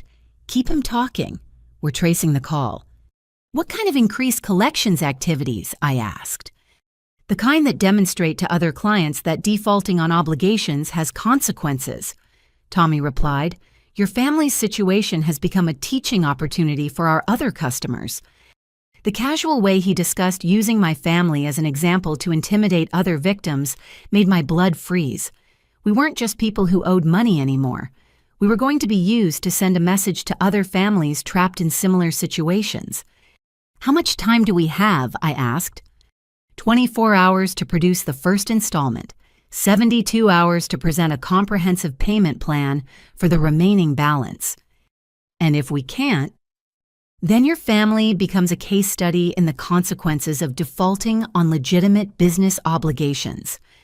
The line went dead, leaving me staring at my phone while Agent Rodriguez continued coordinating law enforcement responses through her radio.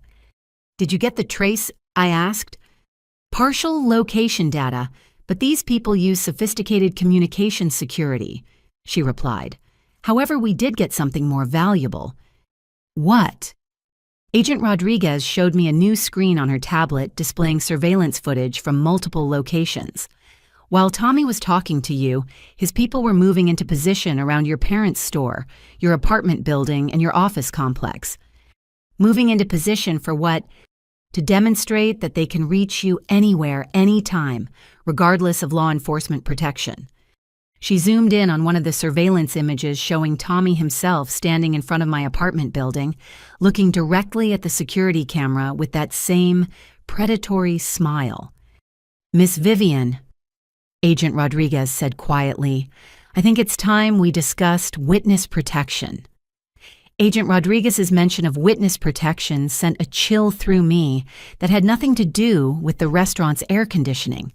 The idea that my life had become dangerous enough to require federal protection felt surreal, like something that happened to other people in movies. Is witness protection really necessary? I asked. Can't you just arrest them? We're working on that, she replied. But this criminal organization is significantly larger and more sophisticated than a typical loan shark operation. They have legitimate business fronts, political connections, and enough resources to operate across multiple states. She opened a new section of her tablet showing organizational charts that looked like something from a corporate boardroom.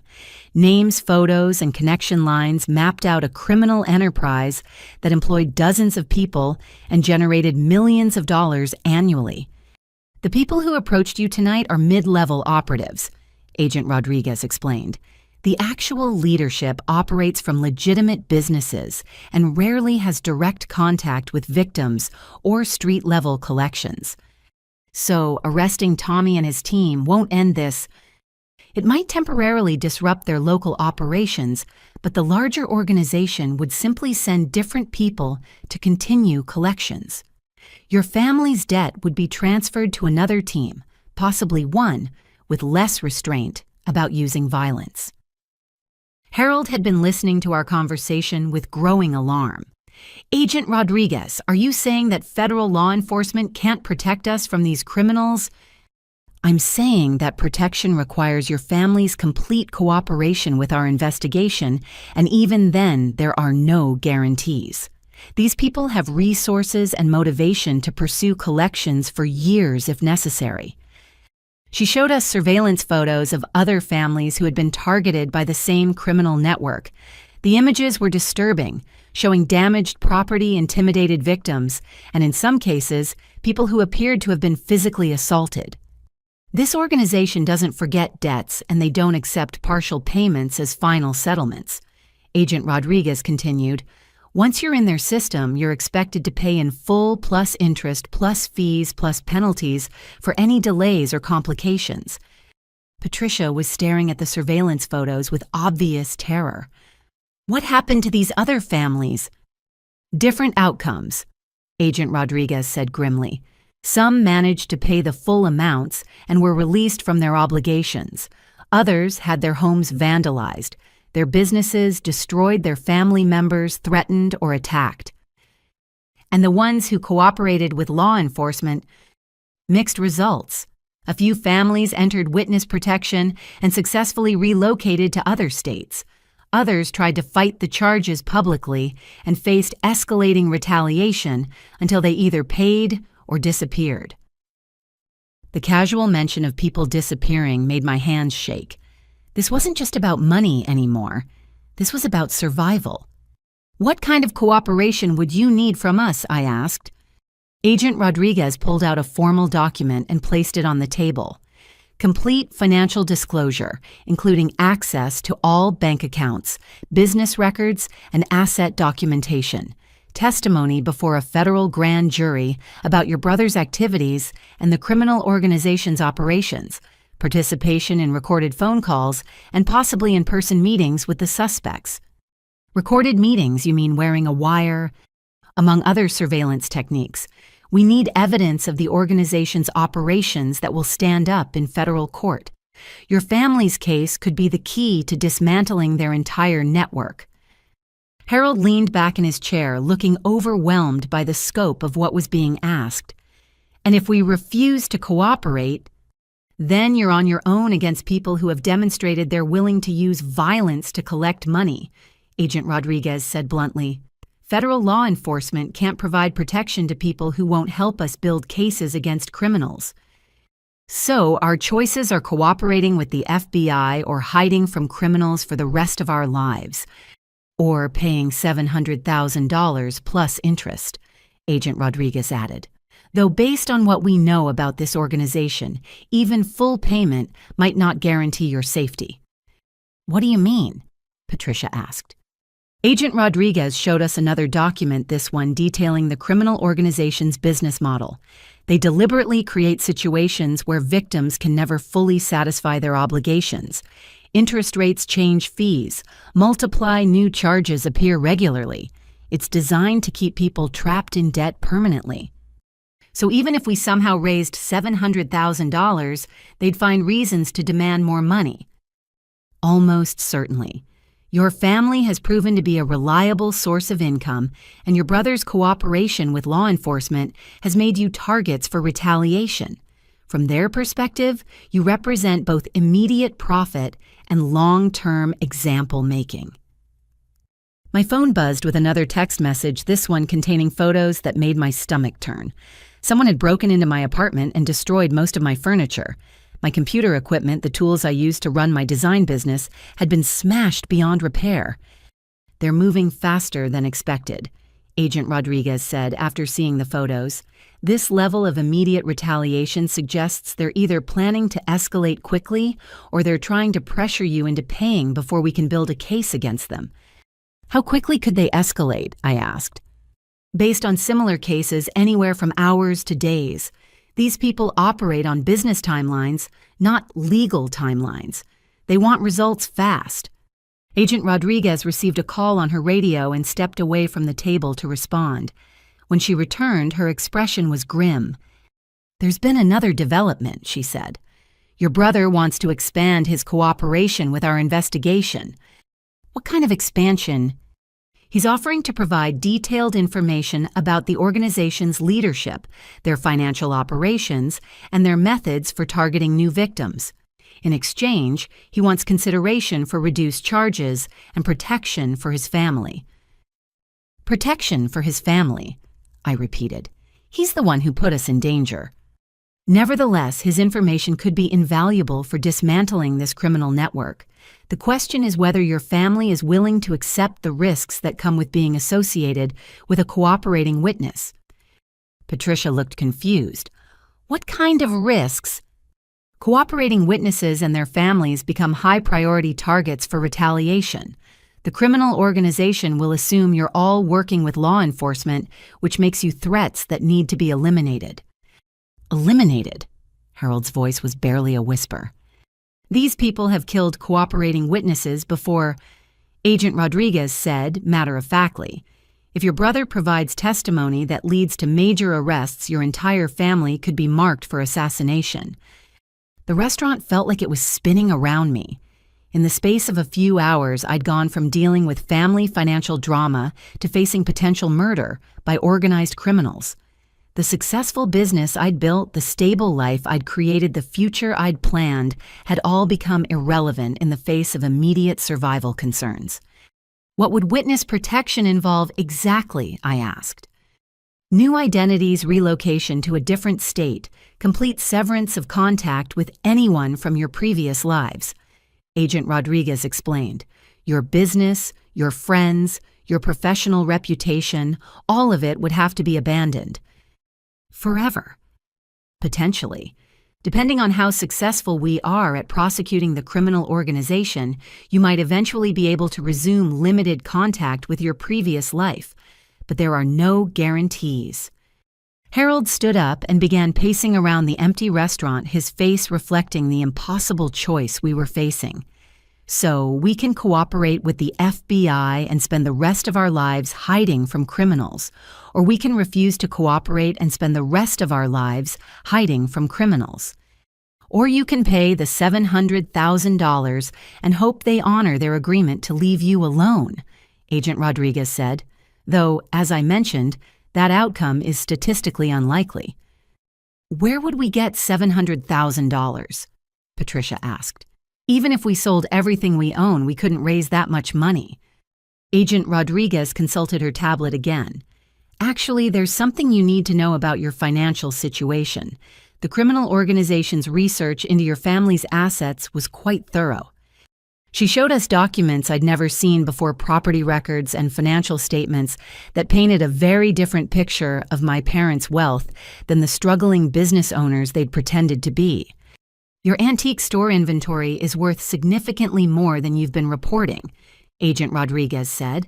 "Professional appraisals suggest a value of over $400,000. Harold's face went white. "That's impossible." "Is it? Because our investigation found several pieces in your inventory that are worth individual amounts exceeding $50,000. She showed us photographs of items from my parents' store with detailed appraisal information attached to each image.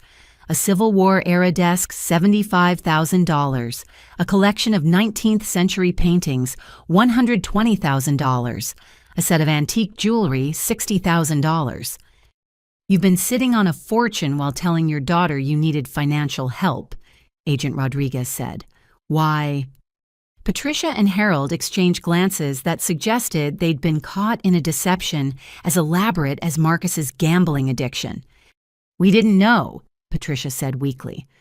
"You didn't know that items you've owned for decades were worth hundreds of thousands of dollars." "Some pieces came from estate sales," Harold said. "We bought them for much less than their actual value." Agent Rodriguez studied their faces with the practiced eye of someone accustomed to detecting lies.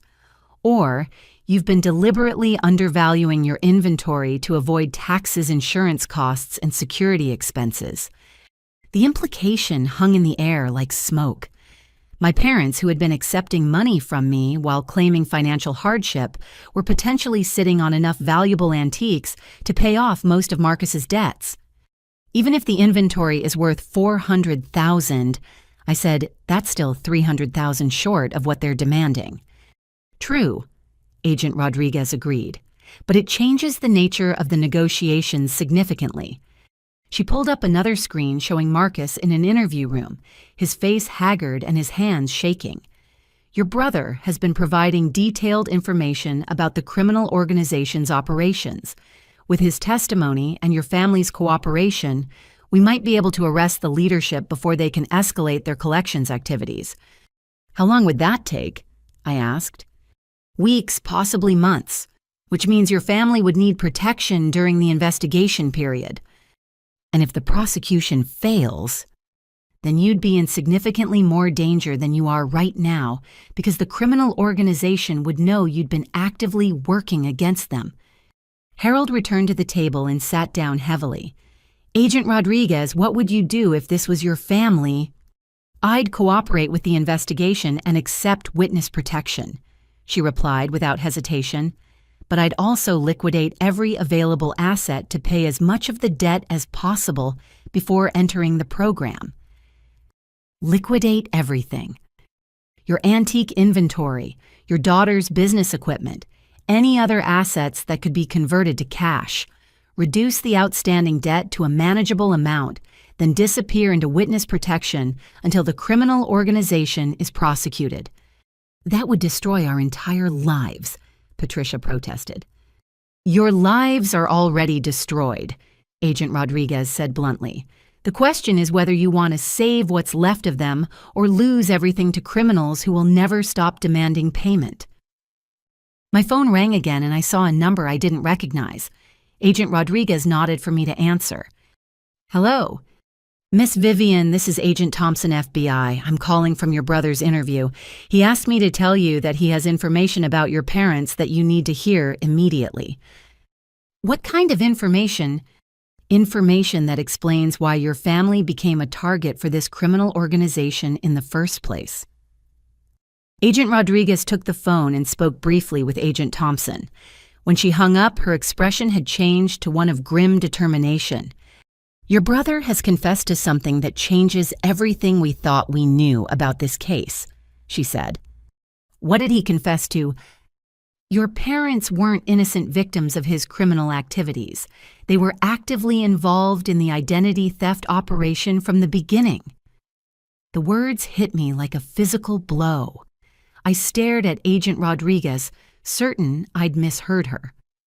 "That's impossible. My parents don't even understand how to use email, let alone run identity theft operations." "According to your brother's confession, your father has been working with the criminal organization for over 2 years, Agent Rodriguez replied.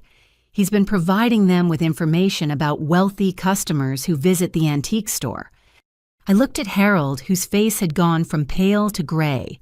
Patricia was staring at her husband with an expression of growing horror, as if she was seeing him clearly for the first time.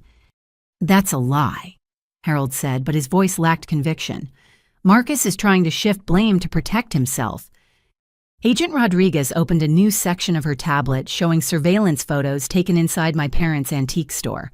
The images showed Harold meeting with men I recognized from the parking lot, including Tommy and his scarred associate. "These photographs were taken over the past 6 months," she explained. "Your father has been having regular meetings with members of the criminal organization, providing them with customer information and helping them identify potential identity theft targets." "Dad." I whispered, feeling like the world was tilting sideways.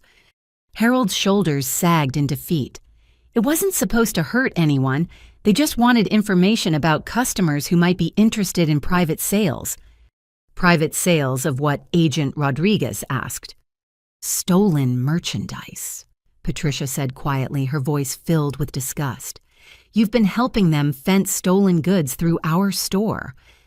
Agent Rodriguez showed us additional surveillance footage, this time from outside the antique store. The videos showed Harold accepting boxes and packages from the same men who had threatened me in the parking lot. Your father has been using the antique store as a front for laundering stolen items, she explained. Expensive pieces stolen from homes and businesses were brought to your store, given false provenance documentation, and sold to unsuspecting collectors. The valuable inventory you mentioned earlier, I said, understanding flooding over me. Those pieces aren't legitimately owned antiques, they're stolen property. According to your brother's statement, approximately 60% of your parents' current inventory consists of items stolen during home invasions that your father helped coordinate. Harold stood up abruptly, his face flushed with anger and shame. I never coordinated any home invasions. I just provided information about customers who had valuable collections. Information that was used to target those customers for burglary, Agent Rodriguez said. Your customer database became a shopping list for professional thieves. How many people were robbed because of information Dad provided? I asked. Agent Rodriguez scrolled through a lengthy document on her tablet. At least 37 families over the past 18 months. Total value of stolen items exceeds $800,000. $800,000 in stolen merchandise. Much of it now sitting in my parents' antique store, with false documentation claiming legitimate ownership. My father hadn't just been helping criminals launder stolen goods, he'd been actively facilitating the crimes that created those goods in the first place. The criminal organization was paying your father commission for each successful burglary, Agent Rodriguez continued. Between the fencing operation and the customer intelligence, he was earning substantial money from criminal activities. How much money? Patricia demanded. According to financial records we've recovered, your husband received over $60,000 in payments from the criminal organization last year. Patricia turned to Harold with an expression of pure fury. $60,000! While I've been worrying about keeping the lights on and making mortgage payments, you've been earning $60,000, helping criminals rob our customers. It wasn't that simple, Harold protested. The store was failing. We were going to lose everything. When Tommy first approached me, he offered a simple business arrangement, help them identify valuable pieces and earn commission on private sales. Private sales to people who had no idea they were buying stolen property, Agent Rodriguez said. I didn't know they were planning burglaries, Harold insisted. I thought they were legitimate dealers who wanted information about collectors and valuable pieces. Agent Rodriguez showed us recorded phone conversations between Harold and various members of the criminal organization. The audio quality was crystal clear, and there was no mistaking my father's voice providing detailed information about customers' security systems, daily schedules, and valuable collections. In this conversation from 3 months ago, she said, playing a particularly damning recording, your father is describing a customer's home security system and explaining when the family usually goes on vacation. Harold's voice filled the empty restaurant. The Hendersons have that new electronic system, but they never set it during the day. Martha comes home for lunch every Tuesday and Thursday around noon. They're planning a trip to Europe next month, probably be gone for 2 weeks. That information was used to burglarize the Henderson home while they were at lunch, Agent Rodriguez explained. $37,000 in jewelry and art were stolen. Some of those items are currently in your store's inventory. I felt sick. The successful antique business my parents had used to justify their requests for financial help was actually a criminal front operation. The valuable inventory they'd been sitting on wasn't the result of shrewd business practices, but rather the proceeds of systematic theft from their own customers. How long have you known about this? I asked Patricia. I didn't know, she said, her voice shaking. I swear I had no idea Harold was involved with criminals. Agent Rodriguez pulled up additional evidence that contradicted Patricia's claim of ignorance. Bank records showing regular cash deposits that coincided with Harold's payments from the criminal organization. Purchase orders for security equipment that suggested knowledge of stolen merchandise storage. Insurance claims that had been carefully structured to avoid scrutiny from law enforcement. Mrs. Chen, you've been an active participant in laundering the proceeds of these criminal activities, Agent Rodriguez said. Your signature appears on documents related to the sale of stolen merchandise, and you've been managing the financial aspects of the fencing operation. Patricia's face crumpled as the evidence mounted against her. I thought the extra money was from legitimate sales.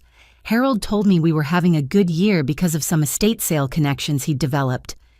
Estate sale connections that involve stealing items from living people's homes, Agent Rodriguez clarified. The mortgage payments. I said, understanding another piece of the puzzle. You weren't behind on mortgage payments because the business was failing. You were behind because law enforcement was investigating your criminal activities and you had to stop accepting stolen merchandise temporarily. Agent Rodriguez nodded. The foreclosure threat was real, but it was caused by your parents' inability to continue their money laundering activities during our preliminary investigation, not by legitimate business problems. Harold sank back into his chair, looking like a man who'd aged 10 years in the past hour. I never meant for any of this to happen. The store really was failing, and when Tommy offered to help, I thought it was just a business opportunity. An opportunity that required you to betray your customers' trust and facilitate crimes against people who considered you a friend, Agent Rodriguez said. She showed us victim impact statements from families who had been burglarized based on information Harold provided. The emotional devastation was heartbreaking, with customers describing not just financial losses, but feelings of violation and betrayal when they learned their trusted antique dealer had helped coordinate the crimes against them. These people trusted you, I said to Harold. They brought their children to the store, invited you to their homes, treated you like family, and you repaid that trust by helping criminals rob them. I didn't think about the human cost, Harold admitted. I was focused on saving our business and our house. By destroying other people's sense of security in their homes, Agent Rodriguez said. Some of these victims have moved to different cities because they no longer feel safe in their own neighborhoods. My phone buzzed with a text message from Marcus, who was apparently being allowed to communicate from federal custody. The message was brief, but devastating. Dad's been working with them longer than I have. They have recordings of him planning jobs. Mom knew about the money. Agent Rodriguez read the message over my shoulder and nodded grimly. Your brother's confession includes details about your parents' involvement that we haven't shared with you yet. What kind of details? Your father wasn't just providing customer information. He was actively participating in planning the burglaries, including helping select which items to steal and how to access homes without triggering security systems. She showed us floor plans and security system diagrams that had been drawn in Harold's handwriting. The documents detailed entry points, valuable item locations, and timing information that would allow burglars to work efficiently and avoid detection. Your father essentially created customized burglary plans for each target, Agent Rodriguez explained. He used his knowledge of antiques and home security to maximize the value of stolen items while minimizing the risk of getting caught. And Mom really didn't know, I asked. Your mother was managing the financial side of the operation, Agent Rodriguez said. She was responsible for creating false documentation for stolen items, coordinating sales to unsuspecting buyers, and laundering the proceeds through legitimate business accounts. Patricia was crying now, but I found myself feeling no sympathy for her tears. She'd been living off the proceeds of crimes committed against innocent families while accepting money from me and pretending to be struggling financially. How much money did you steal from people? I asked my parents. We didn't steal anything, Harold protested. We just provided information and helped with documentation. You facilitated thefts totaling over $800,000, Agent Rodriguez corrected. From a legal standpoint, you're as responsible for those crimes as the people who actually broke into homes. And from a moral standpoint, I added, you're worse because those people trusted you. Agent Rodriguez received another call on her radio and stepped away to respond. When she returned, her expression was more serious than ever. There's been a significant development, she said. Based on your brother's confession and the evidence we've gathered about your parents' activities, we're prepared to offer your family a deal. What kind of deal? Complete cooperation with our investigation, including testimony against the criminal organization's leadership in exchange for reduced charges and witness protection. What would the charges be? Patricia asked. For your husband, conspiracy to commit burglary, money laundering, racketeering, and operating a criminal enterprise. He's looking at 15 to 20 years in federal prison. Harold's face went white. 20 years! For your wife, money laundering, conspiracy, and accessory after the fact, probably 8 to 12 years. And for Marcus, your son is facing similar charges plus identity theft and wire fraud. Without cooperation, he's looking at 12 to 15 years. Agent Rodriguez paused to let the severity of the charges sink in. With full cooperation and successful prosecution of the criminal organization, we might be able to reduce those sentences significantly. How significantly, I asked. Your parents might face 3 to 5 years each with possibility of early release for continued cooperation. Your brother might face 5 to 8 years, depending on how valuable his testimony proves to be. And me. You're a victim, not a suspect, Agent Rodriguez said. But as a victim, you're also a potential witness whose testimony could be crucial for prosecuting both the criminal organization and your family members.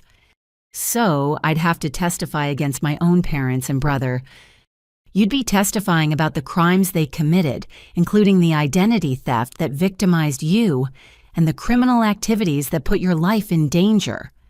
I looked at my parents sitting across from me with shame and fear written across their faces. 2 hours ago, I'd thought they were struggling business owners who needed my financial help. Now I knew they were criminals who'd been earning money by helping other criminals rob innocent people. What happens if we refuse the deal? Harold asked. You face the full charges without any possibility of reduced sentences, Agent Rodriguez replied. And the criminal organization continues targeting your family for collections, except now they know you've been arrested and are likely to cooperate with law enforcement anyway. So we're trapped, Patricia said.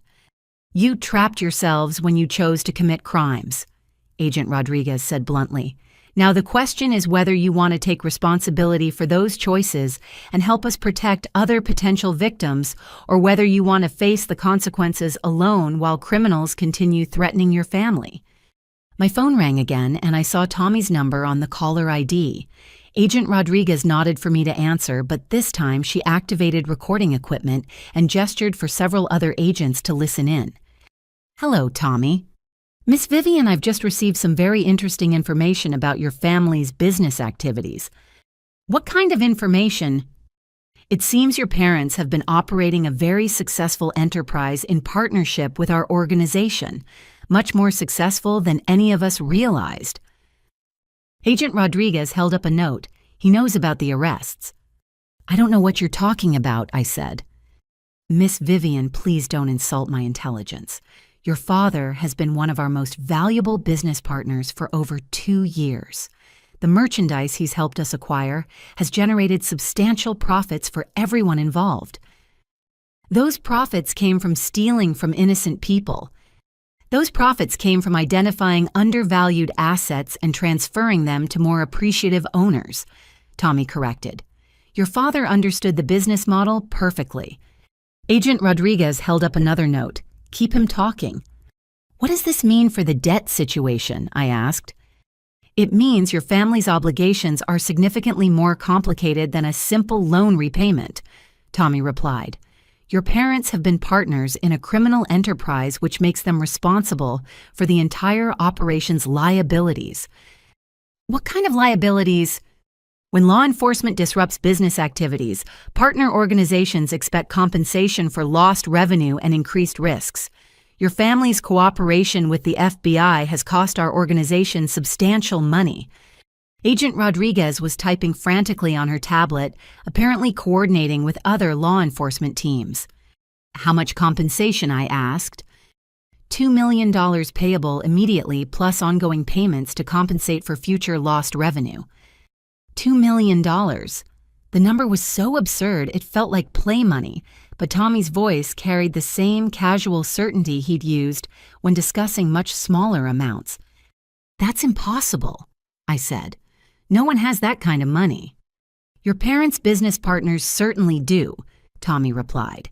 Criminal enterprises generate substantial cash flow when properly managed. My parents are under federal arrest, I pointed out, which makes their business obligations your responsibility as their next of kin. Agent Rodriguez held up a note. We're ready. Miss Vivian. Tommy continued, you have 48 hours to produce the first payment installment, $100,000 as a gesture of good faith while we negotiate the remaining balance. And if I refuse, then your family becomes a case study in what happens when criminal partners cooperate with law enforcement. The line went dead, but Agent Rodriguez was smiling for the first time since I'd met her. We got him, she said. Full recording of criminal threats, extortion, and conspiracy, plus GPS tracking data that led us directly to their current location. Does that mean it's over? It means the immediate threat is neutralized, she replied. But Miss Vivian, your family's problems are far from over. You're going to need legal representation, and you're going to need to make some very difficult decisions about your future. Within an hour of Tommy's arrest, Agent Rodriguez had connected me with Diana Walsh, one of the FBI's recommended attorneys, who specialized in helping victims of identity theft and organized crime. Diana arrived at the restaurant looking like she'd stepped out of a legal thriller. Her confident demeanor and no-nonsense approach, exactly what I needed in my current situation. Vivian, I've reviewed the preliminary evidence against your family members and the criminal organization, she said, spreading documents across our table. Your situation is complex but not hopeless. Complex how? I asked. You're simultaneously a victim of identity theft, a witness to federal crimes, a potential beneficiary of criminal proceeds, and the daughter of people who are facing serious federal charges. Diana pulled out a legal pad and began making notes as she spoke. Our first priority is protecting you from additional criminal liability. Your brother used your identity to commit crimes, and your parents operated a criminal enterprise that generated proceeds they shared with you through gift-giving and financial support. I didn't know the money was from criminal activities, I protested. That's probably true, but from a legal standpoint, ignorance isn't always a complete defense, Diana explained. We need to document exactly how much money you received from your family and be prepared to return any proceeds that can be traced to criminal activities. Agent Rodriguez consulted her tablet and provided Diana with additional information. Based on financial records we've recovered, Vivian received approximately $15,000 in gifts and financial support from her parents over the past 2 years. Gifts from criminal proceeds, Diana noted. We'll need to set aside money to repay that amount if prosecutors decide to pursue forfeiture. Forfeiture. The government can seize assets that were purchased with money from criminal activities, Diana explained. If your parents gave you money that came from their fencing operation, you might be required to return it. She showed me a complex flowchart that outlined the legal process for untangling financial crimes involving multiple family members. Your brother's identity theft created legal obligations in your name, totaling over $600,000. Even though the documents are forged, clearing your name will require extensive legal proceedings. How long will that take? Months, possibly years, Diana said. Identity theft cases involving forged business partnerships and real estate documents are particularly complicated because they've been filed with multiple government agencies. What about my business? I asked. Can I continue working while this gets resolved?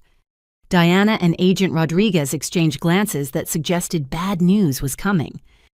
Your business reputation has been compromised by the criminal investigation, Diana said gently.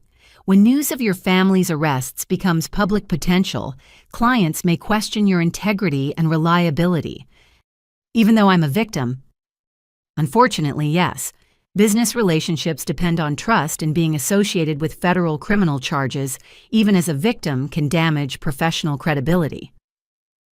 Agent Rodriguez pulled up additional information on her tablet. There's another complication. The TechCorp contract you mentioned was obtained partly because your father provided inside information about competing bids. My heart sank. What kind of inside information? Your father had contacts in the antique and art world who gave him access to information about other design firms' proposals. He shared that information with your brother, who passed it along to you without revealing the source. I never asked for inside information, I protested. According to the evidence we've recovered, your brother sent you emails containing details about your competitors' pricing and design concepts, Agent Rodriguez said. You used that information to develop proposals that undercut their bids. Diana was taking notes rapidly, her expression growing more concerned as the scope of my legal problems became clear. This could constitute bid rigging or unfair business practices, even if you didn't know the information was obtained illegally. So I might lose the TechCorp contract. You'll almost certainly lose it, Diana said. Companies don't want to be associated with federal criminal investigations, and TechCorp will probably terminate the contract to protect their own reputation. I felt like I was drowning in quicksand, with each revelation pulling me deeper into legal and financial disaster. The successful business I'd built, the financial independence I'd achieved, the professional reputation I'd earned, were all being destroyed by my family's criminal activities. What are my options? I asked. Diana consulted her legal pad and outlined a strategy that was both comprehensive and daunting. First, we file identity theft reports with all relevant agencies to begin clearing your name from the forged documents. Second, we cooperate fully with the federal investigation to establish your victim status. Third, we voluntarily return any money you received that might have come from criminal activities. How much money are we talking about? Potentially everything your family gave you over the past 2 years, plus any business advantages you gained from the inside information. Total exposure could be $30,000 to $40,000. Agent Rodriguez added another complication. There's also the matter of the criminal organization's ongoing threats. Even with the arrests we made tonight, this network has resources to continue pursuing collections from your family. What kind of resources? Other operatives in different cities legitimate business fronts that can apply financial pressure and corrupt contacts in various industries who can damage your professional reputation. Diana nodded grimly. Criminal organizations often use legal system manipulation as a weapon against victims who cooperate with law enforcement. They might file false lawsuits, make false reports to professional licensing boards, or use identity theft to damage your credit and business relationships. So fighting back legally might make things worse. In the short term, yes, Diana admitted. But in the long term, it's the only way to clear your name and build a legitimate future. Agent Rodriguez's radio crackled with an update from the field teams. She listened to the report and then turned back to us with mixed news. We've arrested 6 members of the criminal organization tonight, including Tommy and his immediate associates, she said. However, we have evidence suggesting the network extends far beyond the people we've apprehended. How far beyond? Multiple states, possibly multiple countries. This organization has been operating for at least 5 years, generating millions of dollars annually through identity theft fencing operations and extortion schemes. Diana was already thinking like a prosecutor. How many other families have been victimized? At least 50 that we know of, Agent Rodriguez replied. Possibly hundreds when we include indirect victims of the burglary and fraud schemes. So Vivian's case is part of a much larger prosecution effort. Exactly. which could work in her favor if she's willing to cooperate fully with the investigation. Diana explained how cooperation agreements worked in federal criminal cases. By providing testimony and evidence against the criminal organization, you could secure immunity from prosecution for any unknowing participation in criminal activities. What would I have to testify about? Your brother's activities, your parents' involvement, the threats you received, and the impact the crimes had on your life and business. Agent Rodriguez added that my testimony could be particularly valuable because I'd experienced multiple aspects of the criminal organization's operations. You're a victim of identity theft, a target of extortion, and a witness to money laundering activities. That combination of experiences gives you unique insight into how this criminal network operates. How dangerous would it be to testify? We'd provide witness protection during the trial period, Agent Rodriguez said. After that, your safety would depend on how successfully we prosecute the organization's leadership. Diana outlined the witness protection process and its implications for my life and career. You'd be relocated to a different state with a new identity until the trials are completed.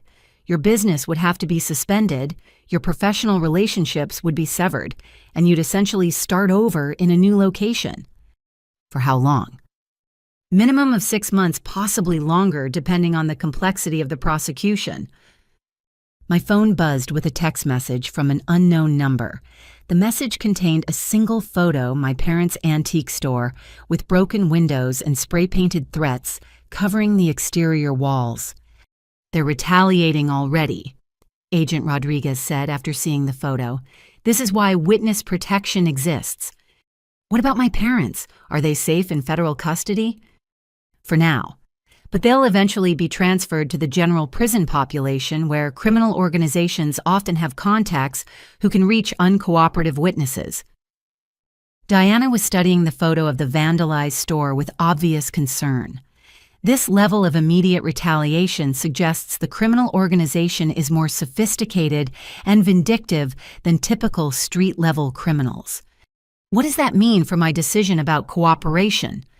It means you're already a target regardless of what you decide to do, Agent Rodriguez said. Cooperating with our investigation gives you the best chance of long-term safety, but it also requires accepting short-term risks and major life disruptions. Diana pulled out a cooperation agreement document and placed it on the table. This is a standard federal witness cooperation agreement. It provides immunity from prosecution for any crimes you may have unknowingly participated in, but it also commits you to full cooperation with the investigation and prosecution. What constitutes full cooperation? Complete financial disclosure testimony before grand juries and at trial participation in recorded communications with suspects and assistance with any other investigative activities that prosecutors deem necessary. Agent Rodriguez added that cooperation agreements were not reversible decisions. Once you sign this document, you're committed to seeing the prosecution through to completion, regardless of how long it takes or what personal costs you incur. And if I don't cooperate, then you face the legal consequences alone while continuing to be a target for criminal retaliation, Diana said bluntly. As I stared at the cooperation agreement, my phone rang again. This time, the caller ID showed my office number, which was impossible since my building was closed at night. Answer it, Agent Rodriguez said, activating her recording equipment. Hello, Miss Chen. The voice belonged to a woman I didn't recognize. This is building security at your office complex. We've had a break-in tonight and your office was specifically targeted. What kind of damage? Substantial. Computer equipment destroyed, files scattered, windows broken. The perpetrators left a message spray painted on your office wall. What kind of message? Quote, snitches pay the price. Tell the FBI we're just getting started. End quote. Agent Rodriguez was already coordinating a response through her radio, dispatching crime scene teams to my office building. Miss Chen, there's one more thing, the security guard continued. The perpetrators accessed your client files and contact information. They may have obtained personal information about your customers and business partners. The implication hit me like a sledgehammer. The criminal organization wasn't just targeting me. They were preparing to target anyone associated with my business. My clients, my professional contacts, even my suppliers could become victims of retaliation designed to pressure me into paying money I didn't owe. Diana, I said after hanging up, I think I need to sign that cooperation agreement. Within hours of signing the cooperation agreement, FBI forensic accountants arrived to begin a comprehensive audit of my design business. What they discovered was both humiliating and terrifying, revealing how deeply my family's criminal activities had penetrated every aspect of my professional life. Agent Sarah Martinez, a financial crimes specialist, spread out documents across my parents' dining table in their house, which had become an impromptu command center for the investigation. The scope of evidence she'd assembled was overwhelming. Vivian, your business has been compromised in ways you never realized. She began opening a laptop filled with financial records. Your brother didn't just steal your identity for gambling loans. He's been systematically manipulating your business operations for over 18 months. How is that possible? I asked. I handle all my own client relationships and contracts. Through electronic access to your email accounts, social media profiles, and business communications, Agent Martinez explained, Marcus had enough personal information about you to gain access to your digital life, and he's been using that access to benefit from inside information about your competitors. She showed me email logs that made my stomach turn, messages I'd never sent, conversations I'd never had, business relationships that had been manipulated without my knowledge. Marcus had been essentially running a shadow version of my business, using my reputation and credentials while directing opportunities toward himself and his criminal associates. Here's an example from 6 months ago. Agent Martinez said pulling up a message chain between my email account and a potential client. This company initially contacted you about a branding project worth $25,000. The emails showed a normal business inquiry followed by my apparent response, declining the project due to scheduling conflicts. But I'd never seen the original inquiry or sent the declining response. Marcus intercepted the initial contact and responded as you turning down the legitimate work so he could offer the client alternative services through a shell company he'd created. A shell company. Chen Creative Solutions, a design firm that supposedly specialized in legal and professional services marketing. On paper, you were listed as a partner and primary designer. Agent Martinez showed me business registration documents bearing my forged signature, establishing a company I'd never heard of, and committing me to partnership obligations I'd never agreed to. Your brother was essentially stealing business opportunities from your legitimate company and directing them toward this shell operation where he could charge higher fees and provide services using your work and reputation. How much money did he steal through this fake company? Over $100,000 in contracts that should have gone to your legitimate business, but the financial theft is just part of the problem. Agent Rodriguez joined our conversation, bringing additional evidence that expanded the scope of my legal troubles. The shell company wasn't just stealing business opportunities, it was also being used to launder money from the criminal organization's other activities. She showed me bank records for Chen Creative Solutions, revealing deposits and transfers that had nothing to do with legitimate design work. Payments from the antique store, transfers from offshore accounts, cash deposits that coincided with the burglary operations my father had been coordinating. Your brother created this company specifically to serve as a money laundering front, Agent Rodriguez explained. Proceeds from criminal activities were being processed through the shell company's accounts, then transferred to various other businesses and individuals to disguise their origin. And my name is on all the business documents. As a full partner and legal signatory, Agent Martinez confirmed, from the government's perspective, you bear equal responsibility for all business activities conducted under the Chen Creative Solutions banner. Diana Walsh arrived with additional legal counsel, bringing news that made the situation even worse. Vivian, I've been reviewing the contracts your shell company signed, and several of them involve government agencies and regulated industries. What kind of contracts? Design work for a defense contractor that requires security clearances, marketing materials for a pharmaceutical company that must comply with FDA regulations, website development for a financial services firm that handles regulated investment products. Diana spread out the contracts and highlighted specific language that made my blood freeze. Each of these agreements includes certifications that the contracting company has no criminal associations, no conflicts of interest, and no activities that could compromise client confidentiality or regulatory compliance. But the shell company was laundering money from criminal activities, I said. Exactly.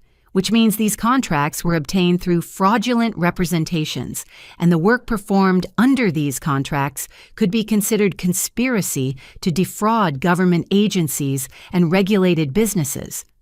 Agent Martinez pulled up additional evidence showing how the fraudulent contracts had been used to justify larger money laundering operations. Your brother wasn't just stealing business opportunities and falsifying your involvement. He was using your professional reputation to gain access to clients and industries that could be exploited for criminal purposes. How much money are we talking about? The shell company processed over $400,000 through various contracts over 18 months, Agent Martinez said. A significant portion of that money can be traced back to criminal activities, including burglary proceeds, identity theft profits, and extortion payments.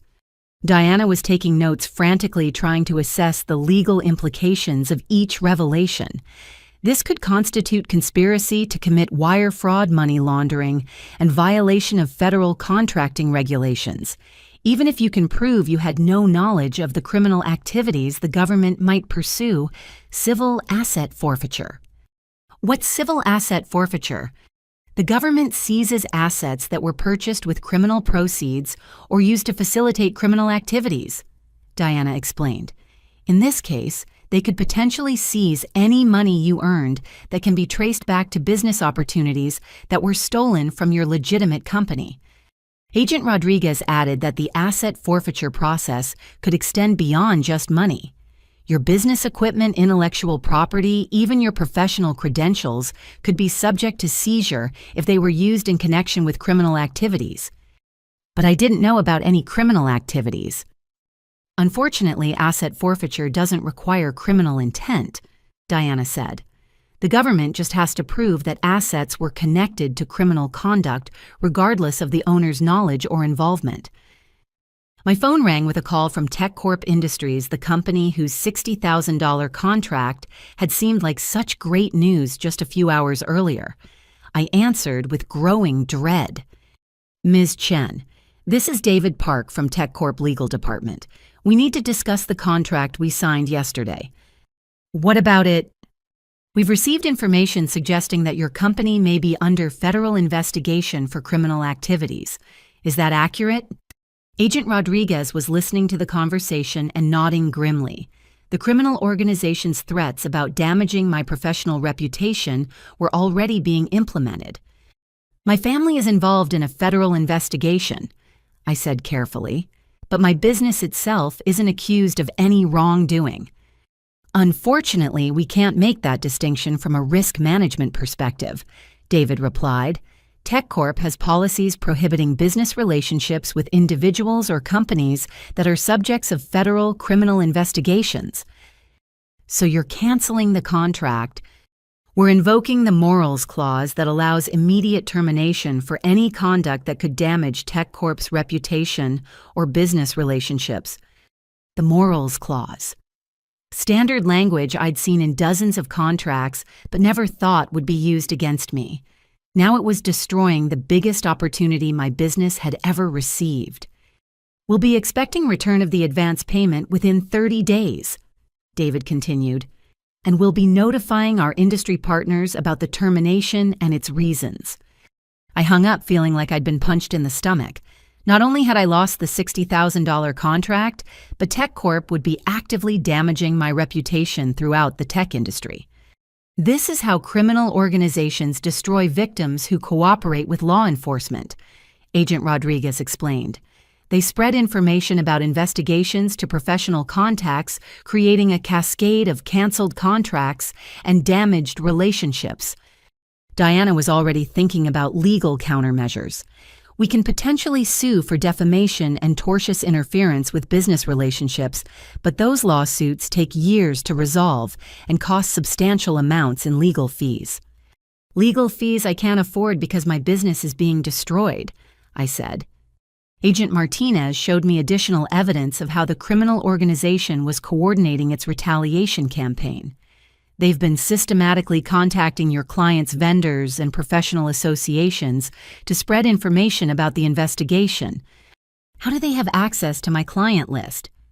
Remember, your brother had access to your email accounts and business files. He provided the criminal organization with detailed information about your professional relationships, specifically so they could be used as leverage if you ever became uncooperative. My phone was buzzing with messages from clients expressing concern about news reports and asking whether they should be worried about their projects. Each message represented another relationship being poisoned by association with my family's criminal activities. Diana reviewed the cooperation agreement I'd signed and outlined what legal protection it would provide. The agreement protects you from prosecution for any unknowing involvement in criminal activities, but it doesn't protect your business or professional reputation from the consequences of being associated with those activities.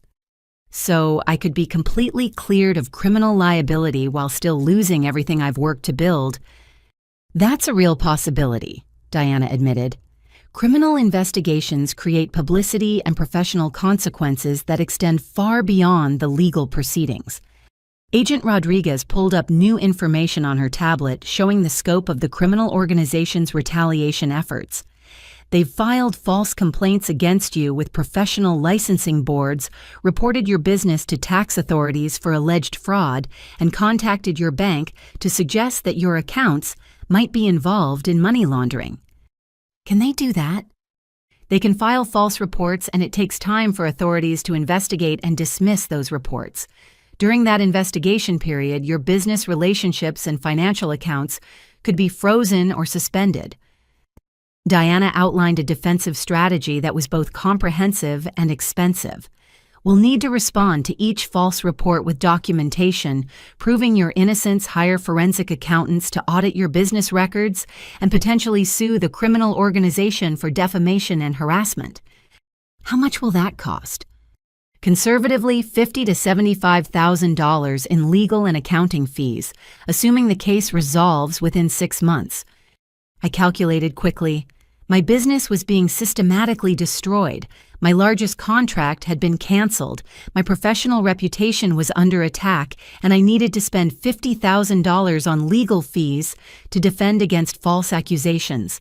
The successful life I'd built was disappearing faster than I could process. There is one piece of potentially good news, Agent Martinez said. Your legitimate business records are clean.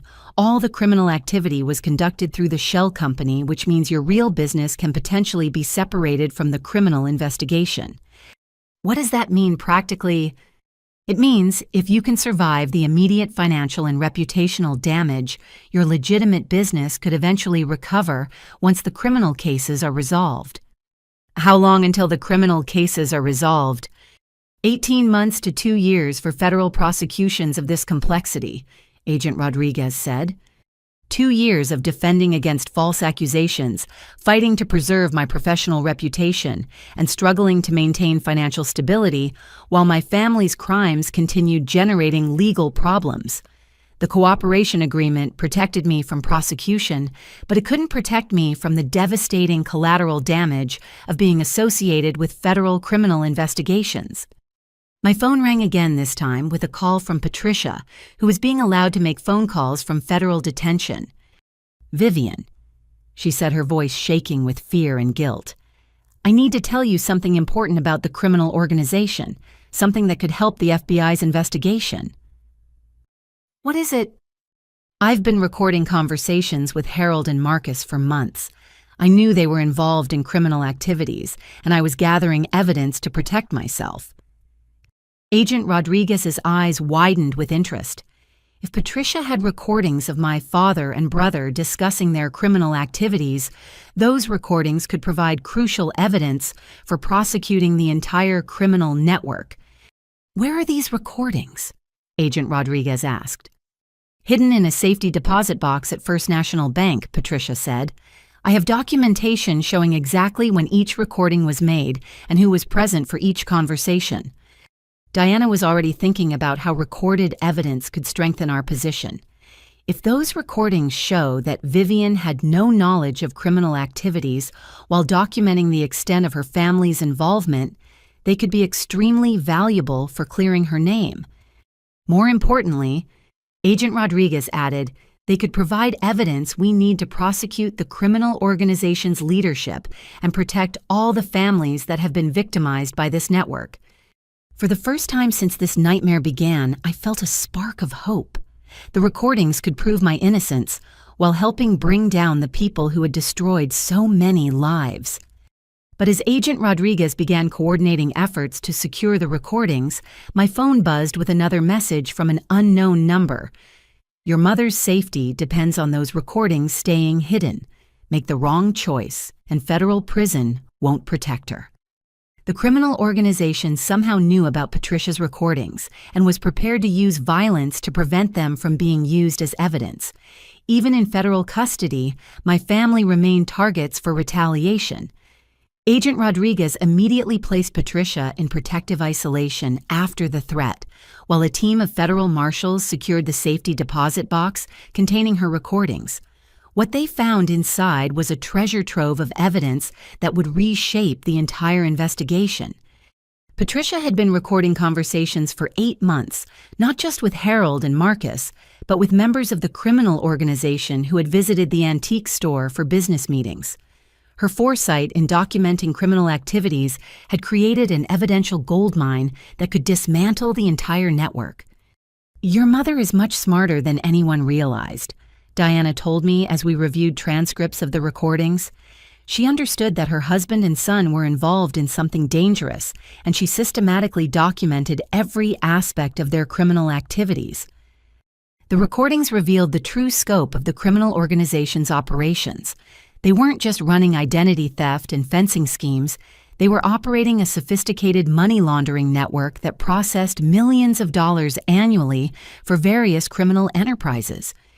Listen to this conversation between your father and Tommy from 6 weeks ago, Agent Rodriguez said, playing one of Patricia's recordings. Harold's voice filled the room. The Hendersons are planning another European vacation in September. 3 weeks in Italy and France. House will be empty except for twice daily security checks. Tommy's voice responded, perfect timing. That Monet reproduction in their dining room is worth at least $40,000 on the private market, plus whatever jewelry Mrs. Henderson keeps in the master bedroom safe. She keeps the combination written on a note inside her jewelry box, Harold added. Saw it when I was there for the estate appraisal last month. Your father was providing detailed intelligence about customers' security arrangements, valuable items, and personal habits, Agent Rodriguez explained. This recording alone establishes conspiracy to commit burglary and evidence of premeditated criminal planning. Diana was studying additional transcripts that showed how extensively Marcus had been involved in the identity theft operations. Your brother wasn't just stealing your identity. He was running identity theft schemes for dozens of other families using information your father gathered about antique store customers. How many families? I asked. Based on the recordings, at least 37 families had their identities stolen, using information gathered through the antique store, Agent Rodriguez said.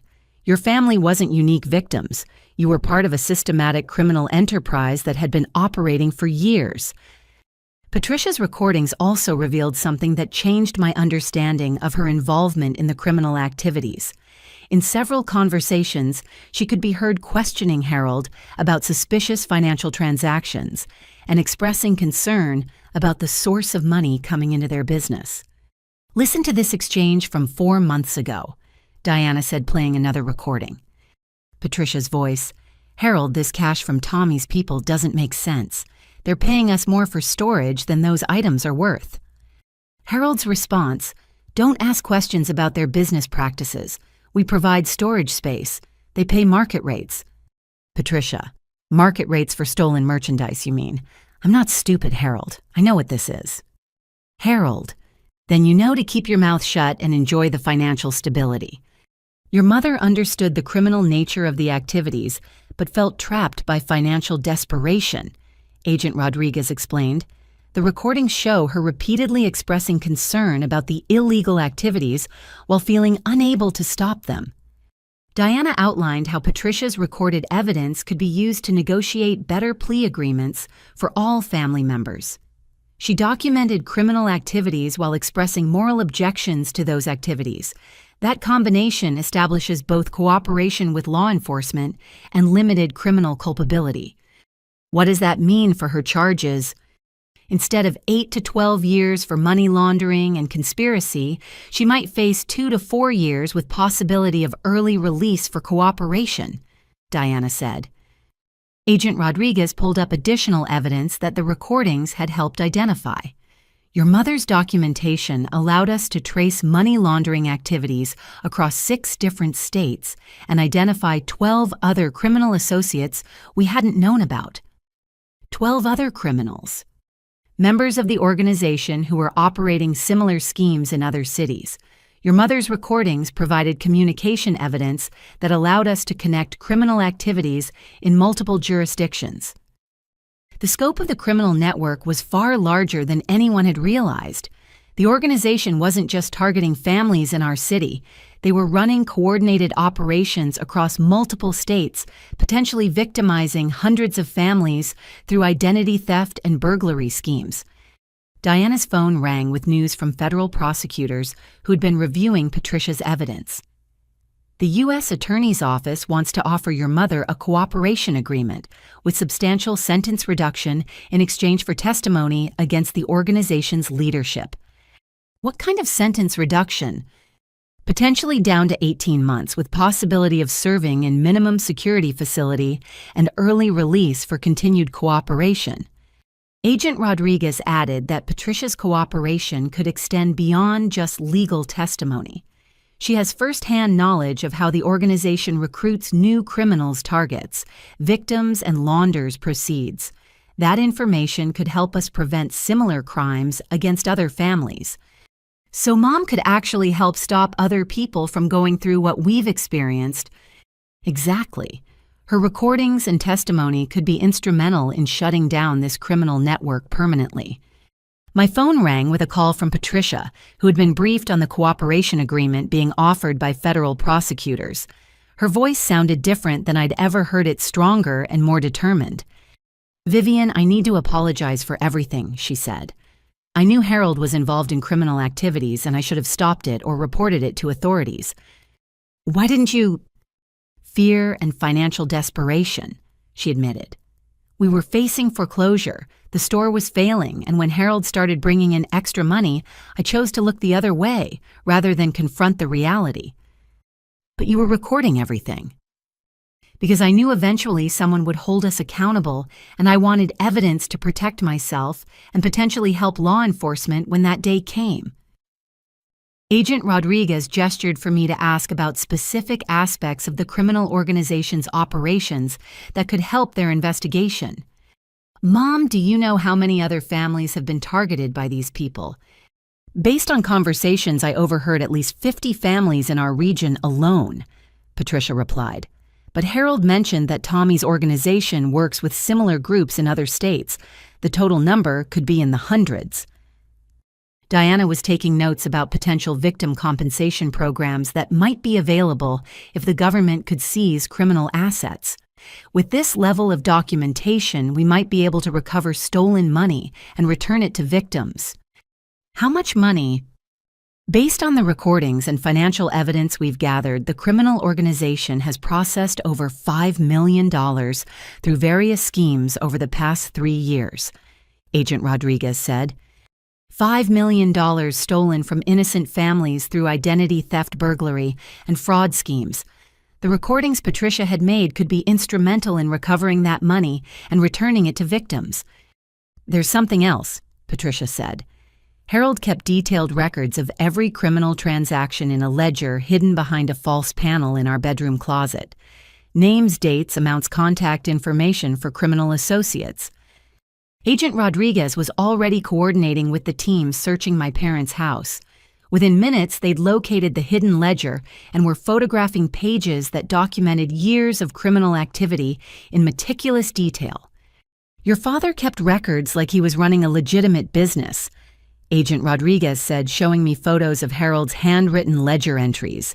Every stolen item, every forged document, every payment to criminal associates is documented with dates and details. Why would he keep such detailed records? Probably as insurance against the criminal organization trying to cheat him, and possibly as evidence he could use to negotiate with law enforcement if he ever got caught. Diana reviewed the ledger entries and realized they provided evidence for criminal charges that extended far beyond what investigators had previously known.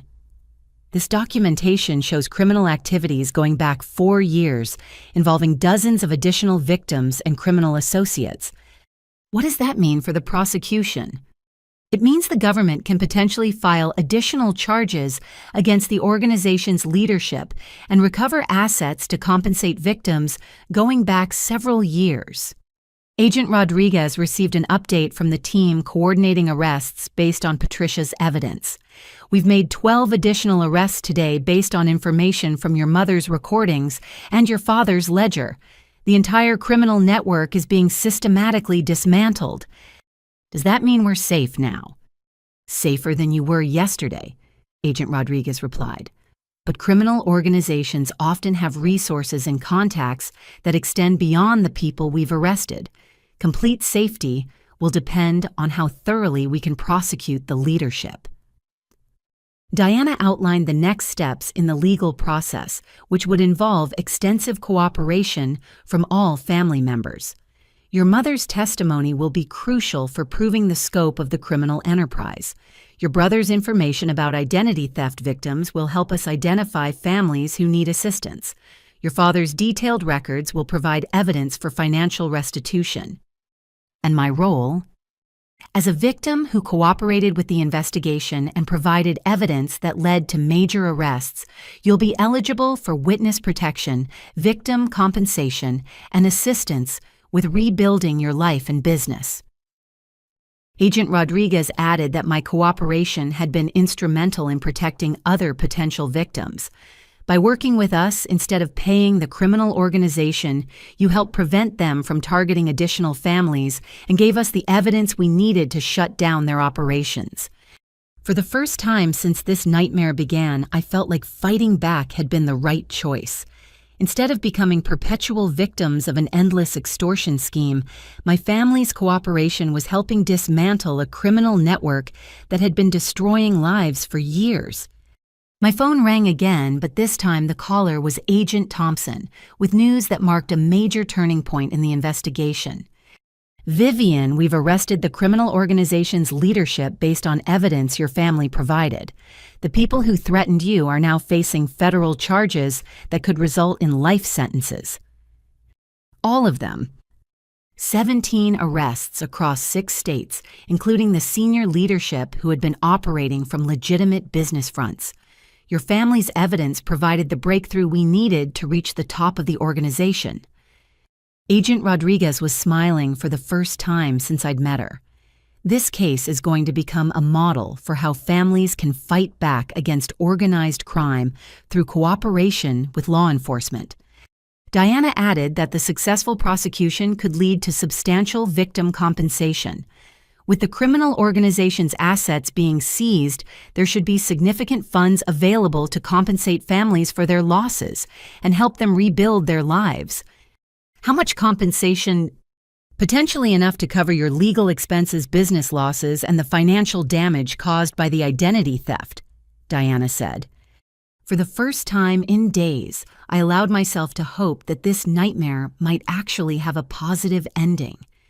My family's decision to cooperate instead of submit to criminal extortion was helping destroy a network that had victimized hundreds of families, and we might actually recover from the financial and emotional damage we'd suffered. 6 months later, I sat in a federal courthouse watching as the last members of the criminal organization received their sentences. Tommy, the man who had threatened my family with such casual confidence, was sentenced to 25 years in federal prison without the possibility of parole. The lead prosecutor, Assistant U.S. Attorney Michael Chen, addressed the court during sentencing with words that gave meaning to everything my family had endured. This criminal organization destroyed hundreds of families through systematic identity theft, extortion, and violence. The courage shown by victims who cooperated with this investigation has prevented countless additional crimes and ensured that these criminals will never again threaten innocent families. Harold received a sentence of 5 years in federal prison, reduced from the potential 20 years he'd originally faced because of his cooperation and Patricia's documented evidence of criminal activities. During his sentencing, he stood before the court and offered an apology that seemed genuine in its remorse. "Your Honor, I betrayed the trust of customers who considered me a friend," he said, his voice shaking with emotion. "I facilitated crimes against innocent families because I was too weak and selfish to find legitimate solutions to my financial problems. I will spend the rest of my life trying to make amends for the harm I caused." Marcus received 3 years plus mandatory treatment for gambling addiction. His cooperation had been instrumental in identifying dozens of identity theft victims and helping the FBI trace money laundering activities across multiple states. During his sentencing, he specifically addressed me with an apology that brought tears to my eyes. "Vivian, you spent years trying to help me build a legitimate life, and I repaid your generosity by stealing your identity and putting you in danger," he said. "I used your success to cover my failures, and I nearly destroyed everything you worked to achieve. I don't expect forgiveness, but I promise to spend whatever time I have left earning the right to call you my sister again." Patricia received 18 months in a minimum security facility with the possibility of early release after 12 months for continued cooperation with ongoing investigations. Her recordings had been crucial evidence in prosecuting not just our local criminal organization, but several related networks in other states. Mrs. Chen's documentation of criminal activities demonstrated both civic responsibility and personal courage, the judge said during her sentencing. While she bears responsibility for her participation in money laundering activities, her evidence prevented additional crimes and helped ensure justice for dozens of families who had been victimized by this network. Diana had successfully negotiated a victim compensation agreement that addressed most of the financial damage my family had suffered. The government's seizure of criminal assets generated enough funds to compensate victims and provide restitution for families whose lives had been destroyed by the organization's activities. "You'll receive approximately $80,000 in compensation," Diana told me after the sentencing. "That should cover your legal expenses, business losses during the investigation, and the money you lost to identity theft." "What about the emotional damage?" "That's something you'll have to heal over time," she said gently.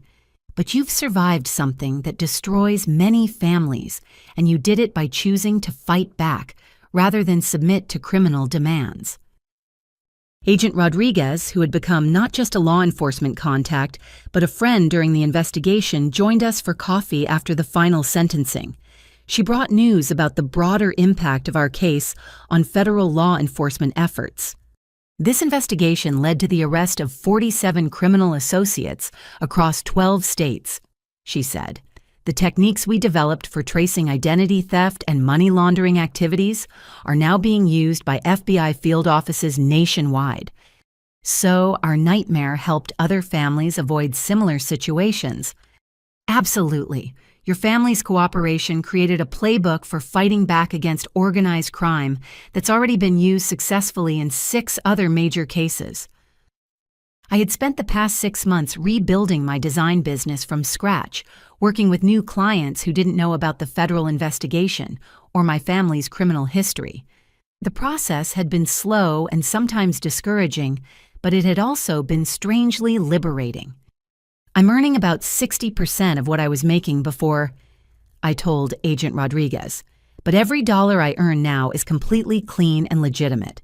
There's no hidden criminal activity, no stolen opportunities, no forged partnerships. How does that feel? Like I'm building something real for the first time in years. I didn't realize how much my success was being poisoned by my family's criminal activities until I started over with complete honesty and transparency. Diana brought news about civil litigation against the criminal organization that could provide additional compensation for victims. We're filing a class action lawsuit seeking punitive damages for the emotional trauma and long-term financial harm caused by the identity theft and extortion schemes. How much additional compensation? Potentially substantial. Criminal organizations often have hidden assets that civil litigation can identify and seize more effectively than criminal prosecutions. My phone rang with a call from Jennifer, who had managed to avoid criminal charges entirely because she'd had no knowledge of or involvement in the family's criminal activities. She'd moved to Portland and was working for a nonprofit organization that helped identity theft victims rebuild their lives. "Vivian, I wanted to tell you about something amazing that happened today." She said, her voice bright with excitement I hadn't heard since before our family imploded. "What happened?" "A woman came to our office who had been victimized by the same criminal organization that targeted our family. She'd lost her savings, her credit was destroyed, and she was facing foreclosure because of identity theft." "How is that amazing?" "Because I was able to help her navigate the federal victim compensation process using everything I learned from our case. She's going to recover most of her losses and rebuild her life." Jennifer's work helping other identity theft victims had given her a sense of purpose that transformed her approach to life. "I'm earning about half what I made in marketing, but I'm helping families survive situations that would have destroyed them without assistance." So something positive came from everything we went through. "Multiple positive things," Jennifer said. "You're building a business based on complete integrity. I'm helping victims recover from crimes similar to what we experienced. Mom's cooperation is preventing other families from being targeted. Even Marcus is participating in prison programs that help other gambling addicts." Patricia was released after serving 11 months, having earned early release through her continued cooperation with federal investigators working on related cases. She moved to a small apartment near Jennifer in Portland and found work as a bookkeeper for a nonprofit organization. "I can never undo the harm that Harold and I caused to innocent families," she told me during one of our monthly phone calls. "But I can spend whatever years I have left helping victims of financial crimes rebuild their lives." "Are you happy?" "I'm at peace," she said. "For the first time in years, every dollar I earn is honest money, and every relationship I have is based on truth rather than deception." Harold's letters from federal prison showed a level of remorse and self-reflection that suggested genuine personal transformation. "I'm participating in a victim impact program where families who were burglarized based on my information can confront me about how my crimes affected their lives," he wrote. "How do those confrontations go?" "They're devastating and necessary," he replied. "I need to understand the human cost of my choices, and the victims deserve the opportunity to tell me how my betrayal of their trust affected their sense of security and peace of mind." Marcus had become involved in prison programs that helped other inmates address gambling addiction and financial crime. His letters suggested that facing the consequences of his actions had forced him to confront the psychological patterns that had led to his criminal behavior. "I'm working with a therapist who specializes in addiction and criminal thinking patterns," he wrote. "For the first time in my life, I'm taking complete responsibility for my choices rather than blaming circumstances or other people for my problems." "Do you think you can stay away from gambling when you're released?" "I think I can stay away from the lies and manipulation that made gambling possible," he replied. "The addiction was really about avoiding responsibility and consequences. Now that I'm facing both, the appeal of gambling has completely disappeared." Agent Rodriguez brought me updates about the ongoing impact of our case on federal law enforcement. The techniques we developed for investigating family-based identity theft have been adopted by FBI field offices in 37 states, she said. Are they finding similar criminal networks? Unfortunately, yes, but they're also developing intervention strategies that can prevent families from becoming victims or help them escape criminal situations before they become as serious as yours. Diana had news about the civil litigation that provided closure to a painful chapter of my life. The class action lawsuit resulted in a settlement that will provide additional compensation to all families victimized by this criminal organization. How much additional compensation? For your family, approximately $40,000. But more importantly, the settlement requires the defendants to fund victim assistance programs that will help other families avoid or recover from similar crimes. I used part of the settlement money to establish a scholarship fund for young entrepreneurs who wanted to start ethical businesses. It seems fitting to use money recovered from criminal activities to help people build legitimate success, I told Diana. What will you call the scholarship fund? The Second Chance Foundation, for people who want to build something honest after surviving difficult circumstances. As I reflected on the year that had changed my life so dramatically, I realized that fighting back against criminal extortion had been the most important decision I'd ever made. Not because it was easy or safe, but because it was the only choice that could lead to genuine healing and positive change.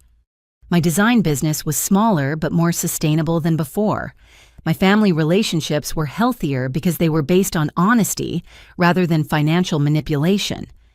My sense of self-respect was stronger because I'd chosen courage over convenience when facing impossible circumstances. The criminal organization that had threatened to destroy my family was dismantled permanently. Dozens of other families had been saved from similar victimization. Federal law enforcement had better tools for fighting organized crime. Victim compensation programs had been improved to help families recover from financial crimes. Most importantly, I had learned that being called useless by people who were using me was actually a gift that revealed their true character. Walking away from toxicity, even when it was difficult and dangerous, had been the most useful thing I'd ever done for myself and my family. 1 year later, I stood in my new office space in downtown Denver, looking out at the Rocky Mountains while reviewing proposals for 3 major design contracts. My business had not only recovered from the criminal investigation, it had grown stronger because it was built on complete transparency and authentic relationships. The office walls were decorated with thank you letters from clients who appreciated working with someone who valued integrity above profit. Each letter represented a business relationship built on trust rather than manipulation, creating the foundation for sustainable long-term success. "Vivian, your 3 o'clock appointment is here," my assistant Sarah announced. Sarah was a college graduate I'd hired through my Second Chance Foundation scholarship program, giving her the opportunity to start her career while helping me manage the growth of my business. The appointment was with Rebecca Martinez, Agent Rodriguez's sister, who needed design services for a nonprofit organization that helped crime victims rebuild their lives. The referral represented how my cooperation with law enforcement had created positive connections that extended far beyond the criminal investigation. "Rebecca, welcome to Chen Design Studio," I said, greeting her in our conference room. "Sarah told me about your organization's mission. I'd love to help you develop materials that communicate your impact effectively." Rebecca's nonprofit provided services similar to what Jennifer was doing in Portland, but with a focus on helping families understand their legal rights and recovery options when facing financial crimes. Her organization had grown out of her own experience, helping Agent Rodriguez support victims during federal investigations. "We need branding and marketing materials that explain complex legal concepts in accessible language," Rebecca explained. "Many families don't realize they have options when criminals target them for identity theft or extortion." "That's exactly the kind of project I'm passionate about," I said. "Using design to make important information accessible to people who need it most." As we discussed her organization's needs, my phone rang with a call from Patricia, who'd become a regular source of support and encouragement as I rebuilt my life and business. "Vivian, I have wonderful news," Patricia said. "The victim assistance program I've been working with just received a federal grant to expand services nationwide." "That's fantastic, Mom. How many additional families will you be able to help?" "Potentially thousands. We're developing educational materials about financial crimes and recovery resources that will be distributed through law enforcement agencies in all 50 states. Patricia's work had become a form of living amends for her role in the criminal activities that had victimized so many families. Her expertise in financial crime recovery, gained through our family's painful experience, was now helping other families avoid or survive similar situations. "There's something else," Patricia continued. "Marcus is being released next week, and he's asked if he can visit Denver to see your new office and apologize in person." The prospect of seeing Marcus again brought up complicated emotions. I'd forgiven him for his crimes against me, but rebuilding our relationship would require time and careful boundaries. "I'd like to see him," I said. "But I want to meet in a neutral location where we can talk honestly without pressure or expectations." "He understands that rebuilding trust will take time," Patricia said. "He's not expecting immediate forgiveness or a return to our previous relationship. He just wants the opportunity to acknowledge his mistakes and show you the changes he's made." Marcus had spent his incarceration participating in programs that addressed both his gambling addiction and the psychological patterns that had led to his criminal behavior. His letters suggested genuine personal transformation, but I knew that real change would need to be demonstrated through actions rather than words. Diana called with news about the final resolution of legal issues related to the criminal investigation. "All civil litigation has been concluded, and your name has been completely cleared from any association with criminal activities." "What does that mean practically?" "It means you can pursue government contracts, security clearances, professional licenses, or any other opportunities that require background investigations without concern about the criminal charges your family faced." The complete legal clearance was important for the growth of my business, but more importantly, it represented closure on a chapter of my life that had been defined by other people's choices rather than my own. Jennifer called from Portland with news about her work helping identity theft victims. "Vivian, I've been selected to testify before Congress about federal victim assistance programs. They want to hear about our family's experience and how cooperation with law enforcement can lead to positive outcomes." "Are you nervous about testifying?" "Excited, actually. This is an opportunity to help improve federal programs that assist families facing situations similar to what we experienced." Jennifer's testimony would focus on the importance of victim compensation, witness protection, and law enforcement training for handling family-based financial crimes. Her recommendations, based on our family's experience, could influence federal policy for years to come. Agent Rodriguez stopped by my office to provide an update on the ongoing impact of our case on federal law enforcement. "The Chen case is now used as a training example in FBI academies nationwide," she said. "What aspects of our case are most useful for training purposes?" "How family cooperation can dismantle criminal networks, the importance of victim support during investigations, and the techniques for tracing complex money laundering operations across multiple jurisdictions." She brought photographs from recent arrests of criminal organizations that had been identified and prosecuted using techniques developed during our investigation. "Your family's cooperation has contributed to the arrest of over 200 criminals involved in similar schemes across the United States. 200 criminals arrested based on evidence and techniques developed through our cooperation. The nightmare we'd endured had contributed to protecting hundreds of other families from similar victimization." "There's something else I wanted to tell you," Agent Rodriguez continued. "I've been promoted to head the FBI's new Family Financial Crimes Task Force, a position created specifically because of the success of our investigation. Congratulations! What will the task force focus on? Developing specialized responses to criminal organizations that target families through identity theft, extortion, and fraud. We're creating intervention protocols that can help families escape criminal situations before they become as serious as yours. Her promotion represented recognition that family-based financial crimes required specialized law enforcement responses. The task force would help other families avoid the trauma we'd experienced while ensuring that criminal organizations faced swift and comprehensive prosecution. As evening approached, I walked to a nearby restaurant where I was meeting Sarah Rodriguez for dinner. Agent Rodriguez had introduced us 6 months ago, and we developed a relationship that was slowly growing into something serious and meaningful. Sarah worked as a victims' rights attorney helping families navigate legal systems after experiencing violent crimes. Her understanding of trauma and recovery had been valuable as I processed my own experience with criminal victimization. "How was your day?" she asked as we settled into our table. "Productive and positive," I said. "I'm working with a nonprofit that helps crime victims, which feels like a perfect way to use my design skills for something meaningful. Are you happy with how your business has developed since the investigation?" I considered the question carefully. My current business was smaller than what I'd built before, but it was also more authentic and sustainable. "I'm happier now than I was when I thought I was more successful," I said. Before, my success was partially built on opportunities stolen from competitors and family money that came from criminal activities.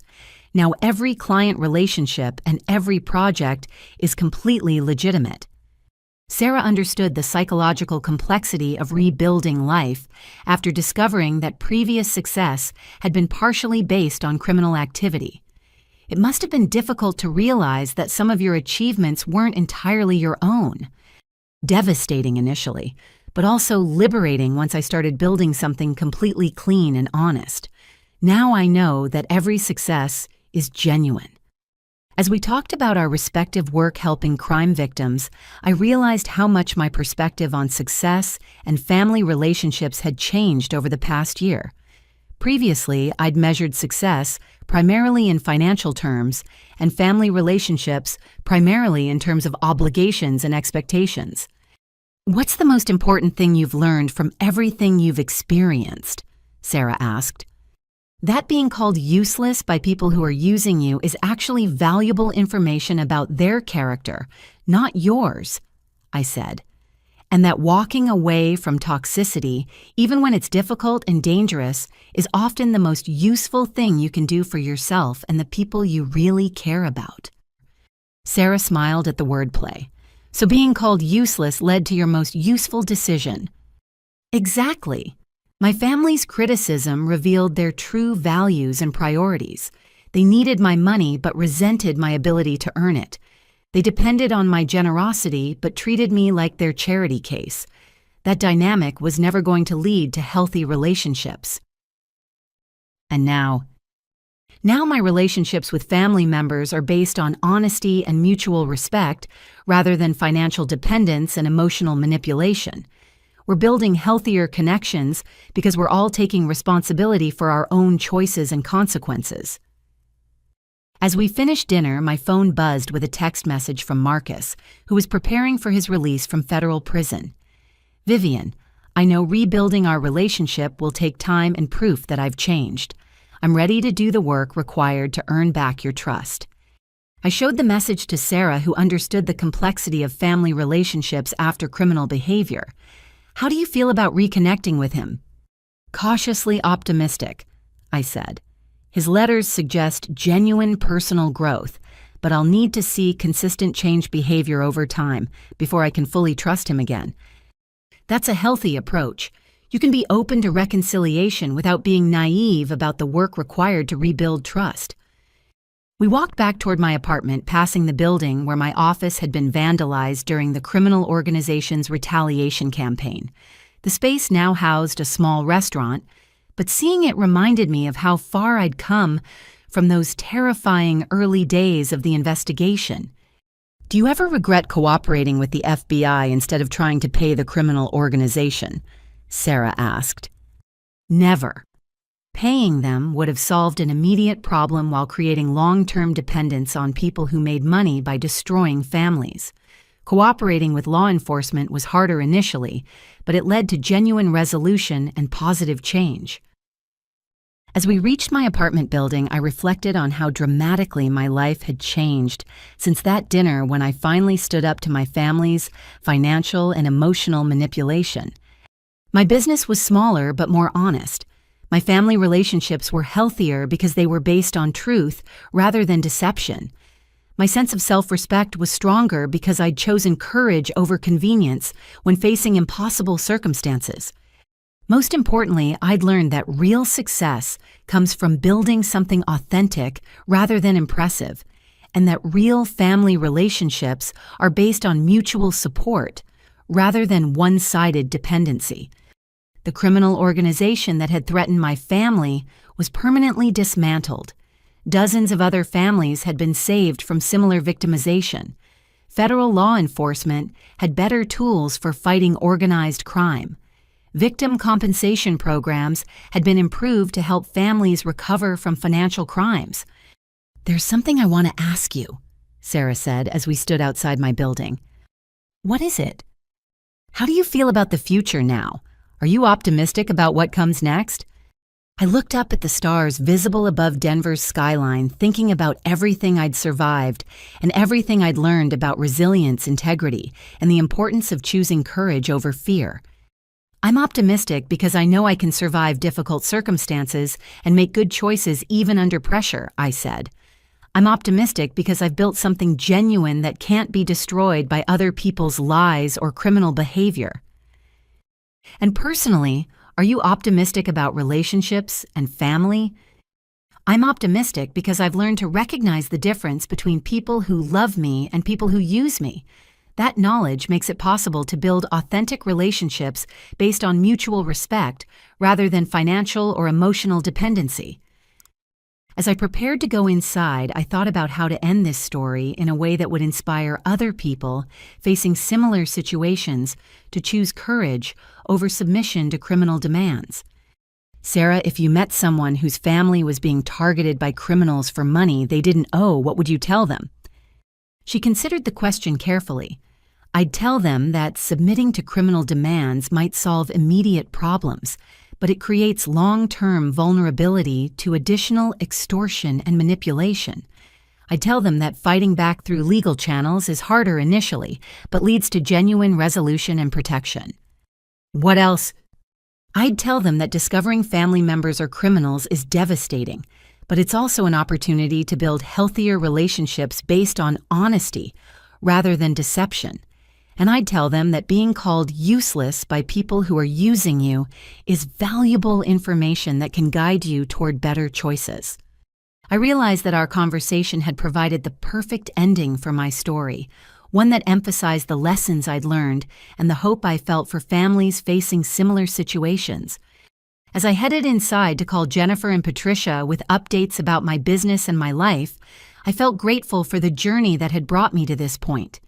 The year that had begun with criminal threats and family betrayal had ended with authentic success, healthy relationships, and the knowledge that I was strong enough to survive anything.